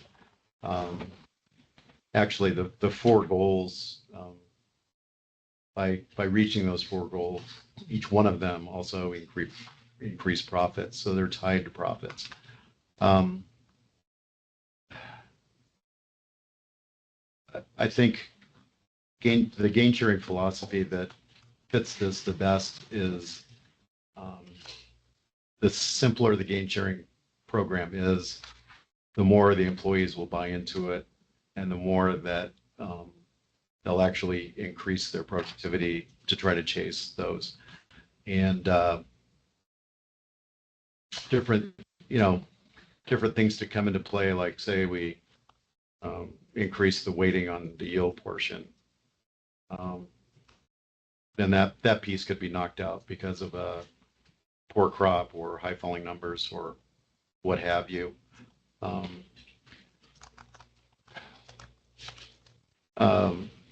The other thing that we think about when we think about this program is that we're having a tough time hiring and retaining employees, and we've taken steps here to make it tougher to reach goals. We've also taken steps to reach a higher level of profit to get the same percentage of payout. But even with the payout that we've had in the last few years, the average for the last 5 years was well above 20%. Even with that, it has not been easy for us to hire or retain employees. So along with our salary plans and our contracts that we have with the union, normally once every 2 years, or it could be 4 years, we have another contract coming up in May. We feel like this is the best way to compensate employees, attract new employees, and retain the good employees that we have, and we have a lot of good ones. We feel like this is the best package. We need to modify it a little bit each year to fit what we're doing and all of that, but we really feel like this is a key, part of the package. How many positions are open right now? Well, if you're including the 14 FTEs that we added last year, we have actually filled 3 out of those 14 positions. The second shift in the elevator is up and running well. It's reducing overtime, and the employees like the change. We're working right now to fill the 3 slots for the the new MIDS handling facility. We have a total of, I think it's 159 right now. We're at full employment. We would be at 170. So we've got a ways to go. But we are finding it, finding we're having more applicants as of late. We put up some billboards around town and done some other things to try to attract more people. As we always say, we're only adding people when we need to for production reasons. And we haven't had the production demand to add that fourth shift in the mill. But we're getting close to that now, and we'll be looking hard at that over this fiscal year. So you have about 11 positions you need to. Yeah, the short Seven answer open? is, the short answer would be 11, right? Some of those are new. So what's turnover of Our existing? turnover is it has been extremely high these last 2 fiscal years. So to give you an idea, in fiscal year 23, we had only 140 eligible employees to receive gain share checks of the 155, because Vance is not included in that number. This past year, we had 143 received checks. So, we've had great years, great numbers, and we're still struggling to keep people. And unfortunately, it's a huge cost for us, onboarding people, offboarding people. We have a huge benefit cost that's tied to that because they leave in August and they still get benefits in September. And we're trying to replace them right away in August. It's a very, very costly item for us to have our turnover that high. Do some leave right after they get the check? Typically, no. Gain sharing check? No, typically don't have them leave immediately after. It's great for the first month when, afterwards, and then, the hours start to kick back in. And, it is those hourly people that we have out there are very, very dedicated. They work a lot of hours, and it's really not easy for them to juggle that and their home lives. And it's a challenge. And then to find people who are dedicated enough to put that kind of time in. So I guess any way that we can find to help retain people. The one change you're making on the front page, which I fully support, is that you're going to percentage of employee compensation. Because I think before there was a threshold where they had to be there X number of months, wasn't there? Before they were 1,000-hour minimum. Yeah, so you kind of had to be there a half a year. Yes, so But this should help on the front end, on the timing of the year when you're recruiting. Because people, if you join 2 months before, you'll get whatever. If it's like this year, you'll get 20+% of your additional comp on the, right? Yes, on your 2 month salary. Yeah. And That's a great change. that hits different classifications of our employees differently. Obviously, our office salary, they would have needed to start, by January to do that. Yep.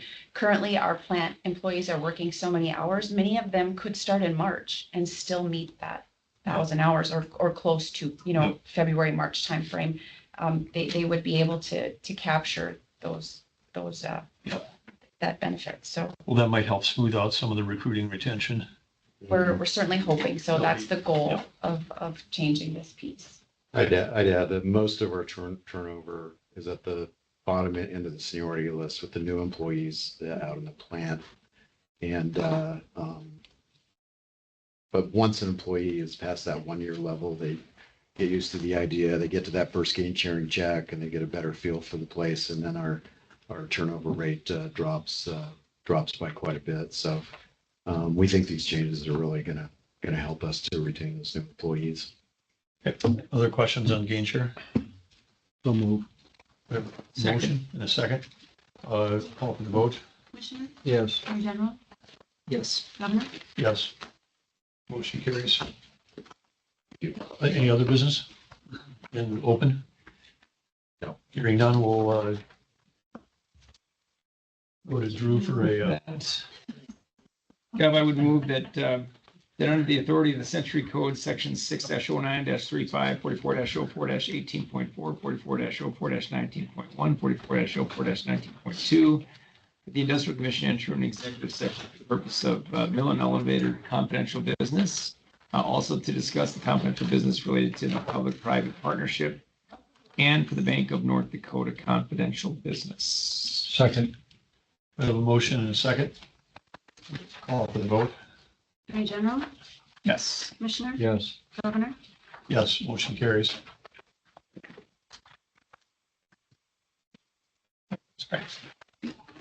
Sorry. Commission will move into a meeting executive session regarding mill and elevator confidential business pursuant to NDCC 44-0418.4. Consider those items listed on the agenda. Only commission members, their staff, mill and elevator staff will participate in that executive session. After the mill and elevator executive session, the commission will then meet in executive session regarding confidential business related to a public-private partnership pursuant to NDCC 44-0418.4. Consider those items listed on the agenda. During that session, only commission members, their staff, commission staff, Department of Commerce staff will participate in that executive session. After the public-private partnership executive session, commission will meet in executive session regarding Bank of North Dakota confidential business pursuant to NDCC 6-09-35 and 44-04-19.2 to consider those items listed on the agenda under Bank of North Dakota confidential business. Only commission members, their staff, commission staff, and B&D staff will participate in that executive session. Any formal action taken by the commission will occur after it reconvenes in open session. I remind commission members and those present in the 3 separate executive sessions, the discussions must be limited to the announced purposes, which is anticipated to last approximately 1.5 hours. Executive session will begin at 3:34 p.m. Sir, the executive session has ended at 5:46 p.m. The commission is reconvening open session. We had 3 separate executive sessions, and the first one was for the North Dakota Mill and Elevator, where we discussed the mill's confidential information and then also their 2025 strategic plan. There was no formal action taken inside that executive meeting.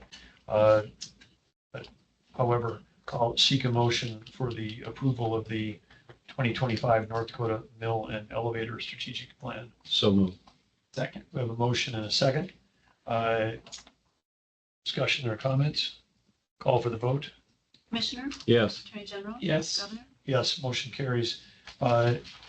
We had 2 other executive sessions. One was a public-private partnership executive session. And during that, the discussion can discuss that item on the agenda. Then we moved to the Bank of North Dakota executive session. We discussed those items listed on the agenda under Bank of North Dakota confidential business. No formal action was taken during either of those executive sessions. We now return to the open portion of the meeting. And what we have left is a short presentation on the second quarter performance highlights from the Bank of North Dakota. Okay, so I'll kick that off. So we'll start page 1 on the balance sheet. We ended June with assets of $10.7 billion. Total loan portfolio is at $5.97 billion, up about $212 million from year-end. Commercial loans were about $3.9 billion.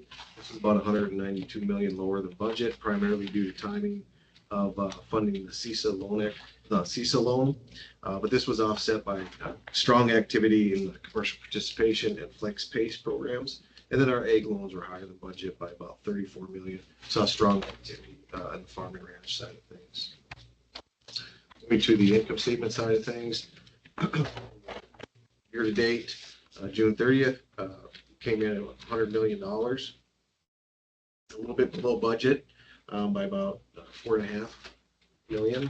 Interest income was higher than budget by about $5.4 million, driven by higher rates on securities, as well as a higher balance in the securities portfolio. In addition, we had some higher balances and rates in the commercial participation and farm and ranch portfolios. Interest expense was higher than budget by about $12 million, driven by higher than budgeted balances in our NOW accounts and our Fed funds from our financial institutions. Our provision for allowance was about $5.6 million, a little bit higher than budget by about $715,000. And then our non-interest expense came in at about $2.3 million below budget. This is really just some of the timing of some of our IT system costs on some of the projects that we have going on. Moving to page 3, just touching on the leverage ratio quickly. This is a measure of financial strength. It's calculated by dividing our Tier 1 capital by our average assets. This ratio bumped up by about 18 basis points over year end to 11.51. Net loans to earning assets on page 4. This is a measurement of liquidity for the financial institution. We are down about 195 basis points. That was primarily driven by deposit growth in the second quarter. And then page 5, just looking at the 5-year history on the left-hand side. If you compare 23 to 24, we're up about 6% on total assets, 6% on deposits, and we had about 4% loan growth. And then on the right side, where we kind of illustrate some of our peer comparisons, where we use a group of bankers banks, a select number of banks that are located in North Dakota. Probably the biggest thing to point out is the non-performing loans to total loans. We're at about 0.62, the North Dakota average 0.65. Banker banks is 0.26, but banker banks generally don't do a substantial amount of loans. And then net interest margin, you can see at 234 relative to 237. So with that, that would conclude my piece of performance highlights. I can pick up on loan originations on page 6. And so you can see. I just had a question on the, we ended up with about $8 million higher interest expense than expected. I can't go by memory off of past June 30th reports, but is it just complexity of the current environment right now, or is it easier for us to forecast with certainty what our interest expense is going into the quarter?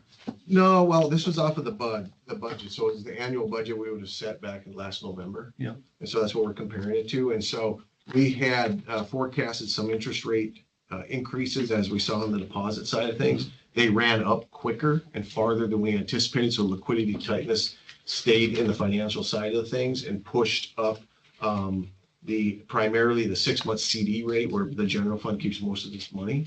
And so that's where the pressure was primarily seen, was within that period of interest expense. So we set the budget in November for the next year, but when we're running from a cash management standpoint, do we then say at the beginning of each quarter, now we got updated information and we know? We do that monthly. So monthly we're reforecasting. So there's no surprise at the end of the quarter that we're off by 8 million because we've seen it coming through the whole. So we have a monthly, what we call ELCO and Funds Management Committee meeting. And so we update and reforecast actually 2 years out constantly. Yeah. Okay, great. Thank you. Kirby? Yeah, on page 6, we have loan originations. And if you look at our total originations, 1.1 billion just in the first 6 months. Long ago, $1 billion in a whole year was considered pretty good. So lots of activity still in the first half of this year. That compares to a year ago at about 955 million. So we're up about 139 million in total originations just for the first 6 months compared to last year at the same time. Most of that was made up in the commercial portfolio. You can see 911 million in commercial compared to last year at 790. So we're up about 120 million there. Most of that is made up of state institution loans. Of course, bank participations were really strong, even stronger last year. So it shows a $75 million variance there, but still very, very strong commercial activity at 496 million. Bank stock loans and then a match loan would be the 4 primaries. Also pretty good activity in flex base and PACE loans. So that basically summarizes our commercial on the ag side. Rob mentioned ag activity's been up, and it's been nice to see. Farm and ranch loans were up about 32 million compared to last year, and then established farmers up about 6, so about a $38 million increase just in the first half of the year on the ag side. And then if you look down, farm disaster, that's the one that goes kind of the other direction on us. If you remember, we did the livestock rebuilder loan program. Of course, that expired in June of last year, so we're not doing any more of those, but that led to about a $12 million variance. Student loan side, holding its own, still seeing a gradual decline on the student loan side, especially on the consolidation loans, deal 1, deal consolidation, those continue to be down. Deal loans as well have been down. Federal rates have been a lot more favorable over the last 12 months, and that resets as of July 1 each year. And now we're actually fairly comparable to the federal rates. So I think going forward, we may see a little bit more activity there, but the consolidation, I'm not seeing that come back anytime soon with all the forgiveness talk that's out there. All right, well. On the It's an old website. I'm trying to pull up something. Sorry. It's our huddle. I'm so sorry. legislatively directed programs, overall activity were pretty flat, but a lot of swings. Infrastructure loans, even though the volume of those is down compared to last year, the dollar amount was way up, sort of about 49 million just for infrastructure. And of course, we got clean, sustainable, tends to be very cyclical as the funding is allocated for that, as you know. And then school construction is down as well this year. So if you take the infrastructure offset by those, it kind of comes back almost a flat activity for the year so far in total legislatively directed programs. On page 7, this is our ending balances of each of our portfolios. See the nice general uptick on the blue. That's our commercial portfolio, 3.9 billion in commercial loans, and that is up about almost $500 million just in the past year. I know that doesn't show This is just a snapshot of everything you just showed us, though. Yeah, so the prior page 6 is all the origination and renewal activity. So that's all the activity. But in the This shows previous you ending page. balance, net of amortization, net of payoffs. Yep. Okay. The green one there is the ag portfolio, and that, if you remember, back in 2020, we kind of peaked out at 763. And well, look where we're at now, just a little north of there. So we had seen a pretty gradual decline with ag, and now in the past year or so, we've seen a nice uptick, and now we're at 769 million. So just this year so far, we're up 35 million on the ag portfolio. The orange bar is our student loan portfolio. You can see that continues a gradual decline.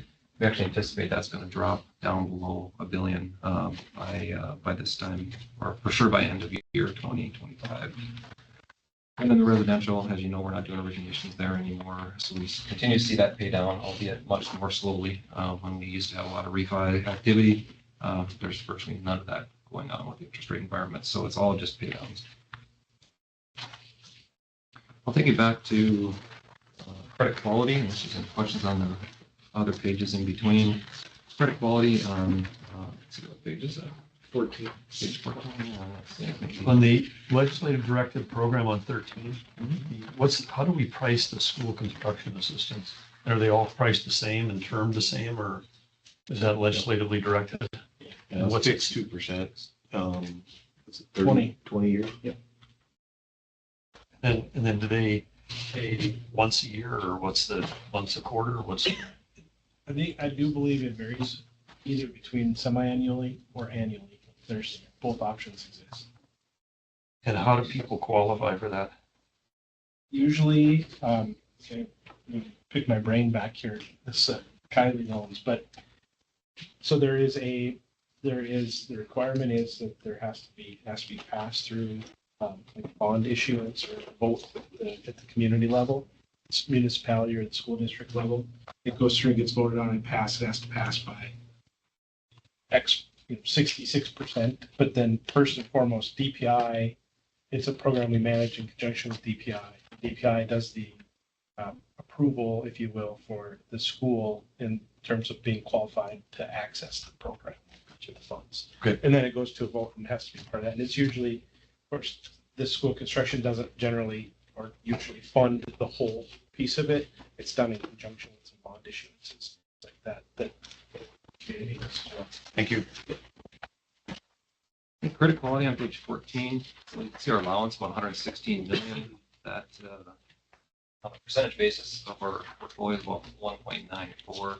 We've been hovering right in that 2, just a little south of 2% for quite a while now, and it dropped further this quarter. Not really due to anything but loan growth. We've just seen loan growth that has driven that down. Credit quality to this point, other than some of the loans we talked about in the confidential section, that I would say are not systemic.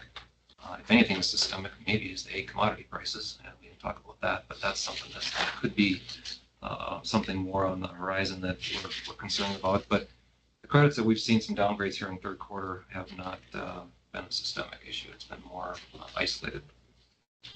Rob talked about the provision, and our true-up this quarter was relatively small, 162,000, actually decrease. So that was good to see.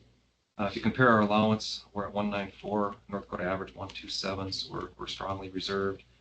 And if you look over on the right-hand chart, nice to see the orange and the green lines. The oranges are classified loans. That drops it down all the way down to 1.26. So that's good to see. North Dakota average there is 132, so we're a little below the North Dakota average. We also saw our non-performing loans in the green line drop from 0.62 to down to 0.4.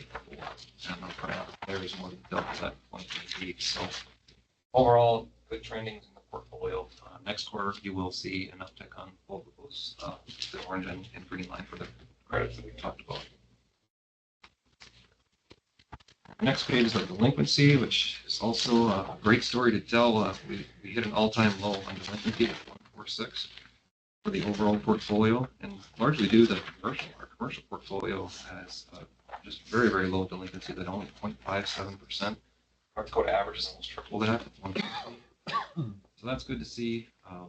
Both student loans, residential are hanging in there with this high inflation environment, high interest rate environment.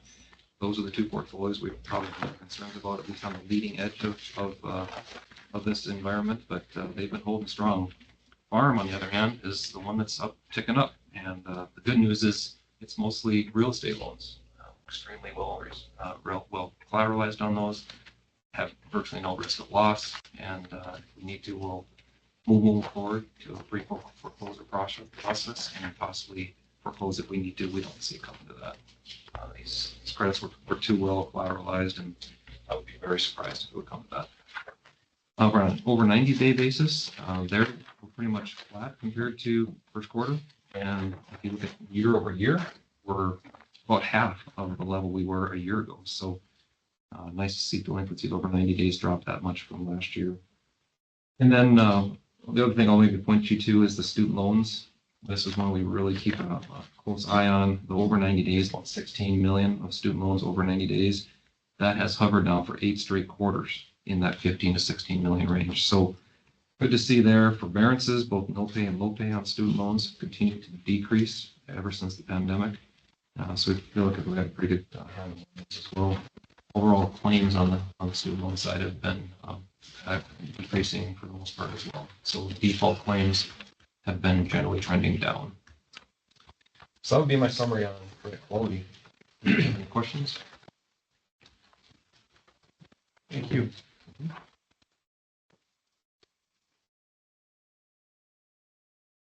Anything else? The bank B&D wants to cover under other business? None from our side. Okay. Well, that concludes our agenda today. Any closing comments, fellow commissioners? Thanks for staying well past the early meeting. Our next meeting is September 30th. And thank you, B&D. that concludes today's meeting. Thank you, NDIC and NDIC. Yeah, appreciate it. Thank you.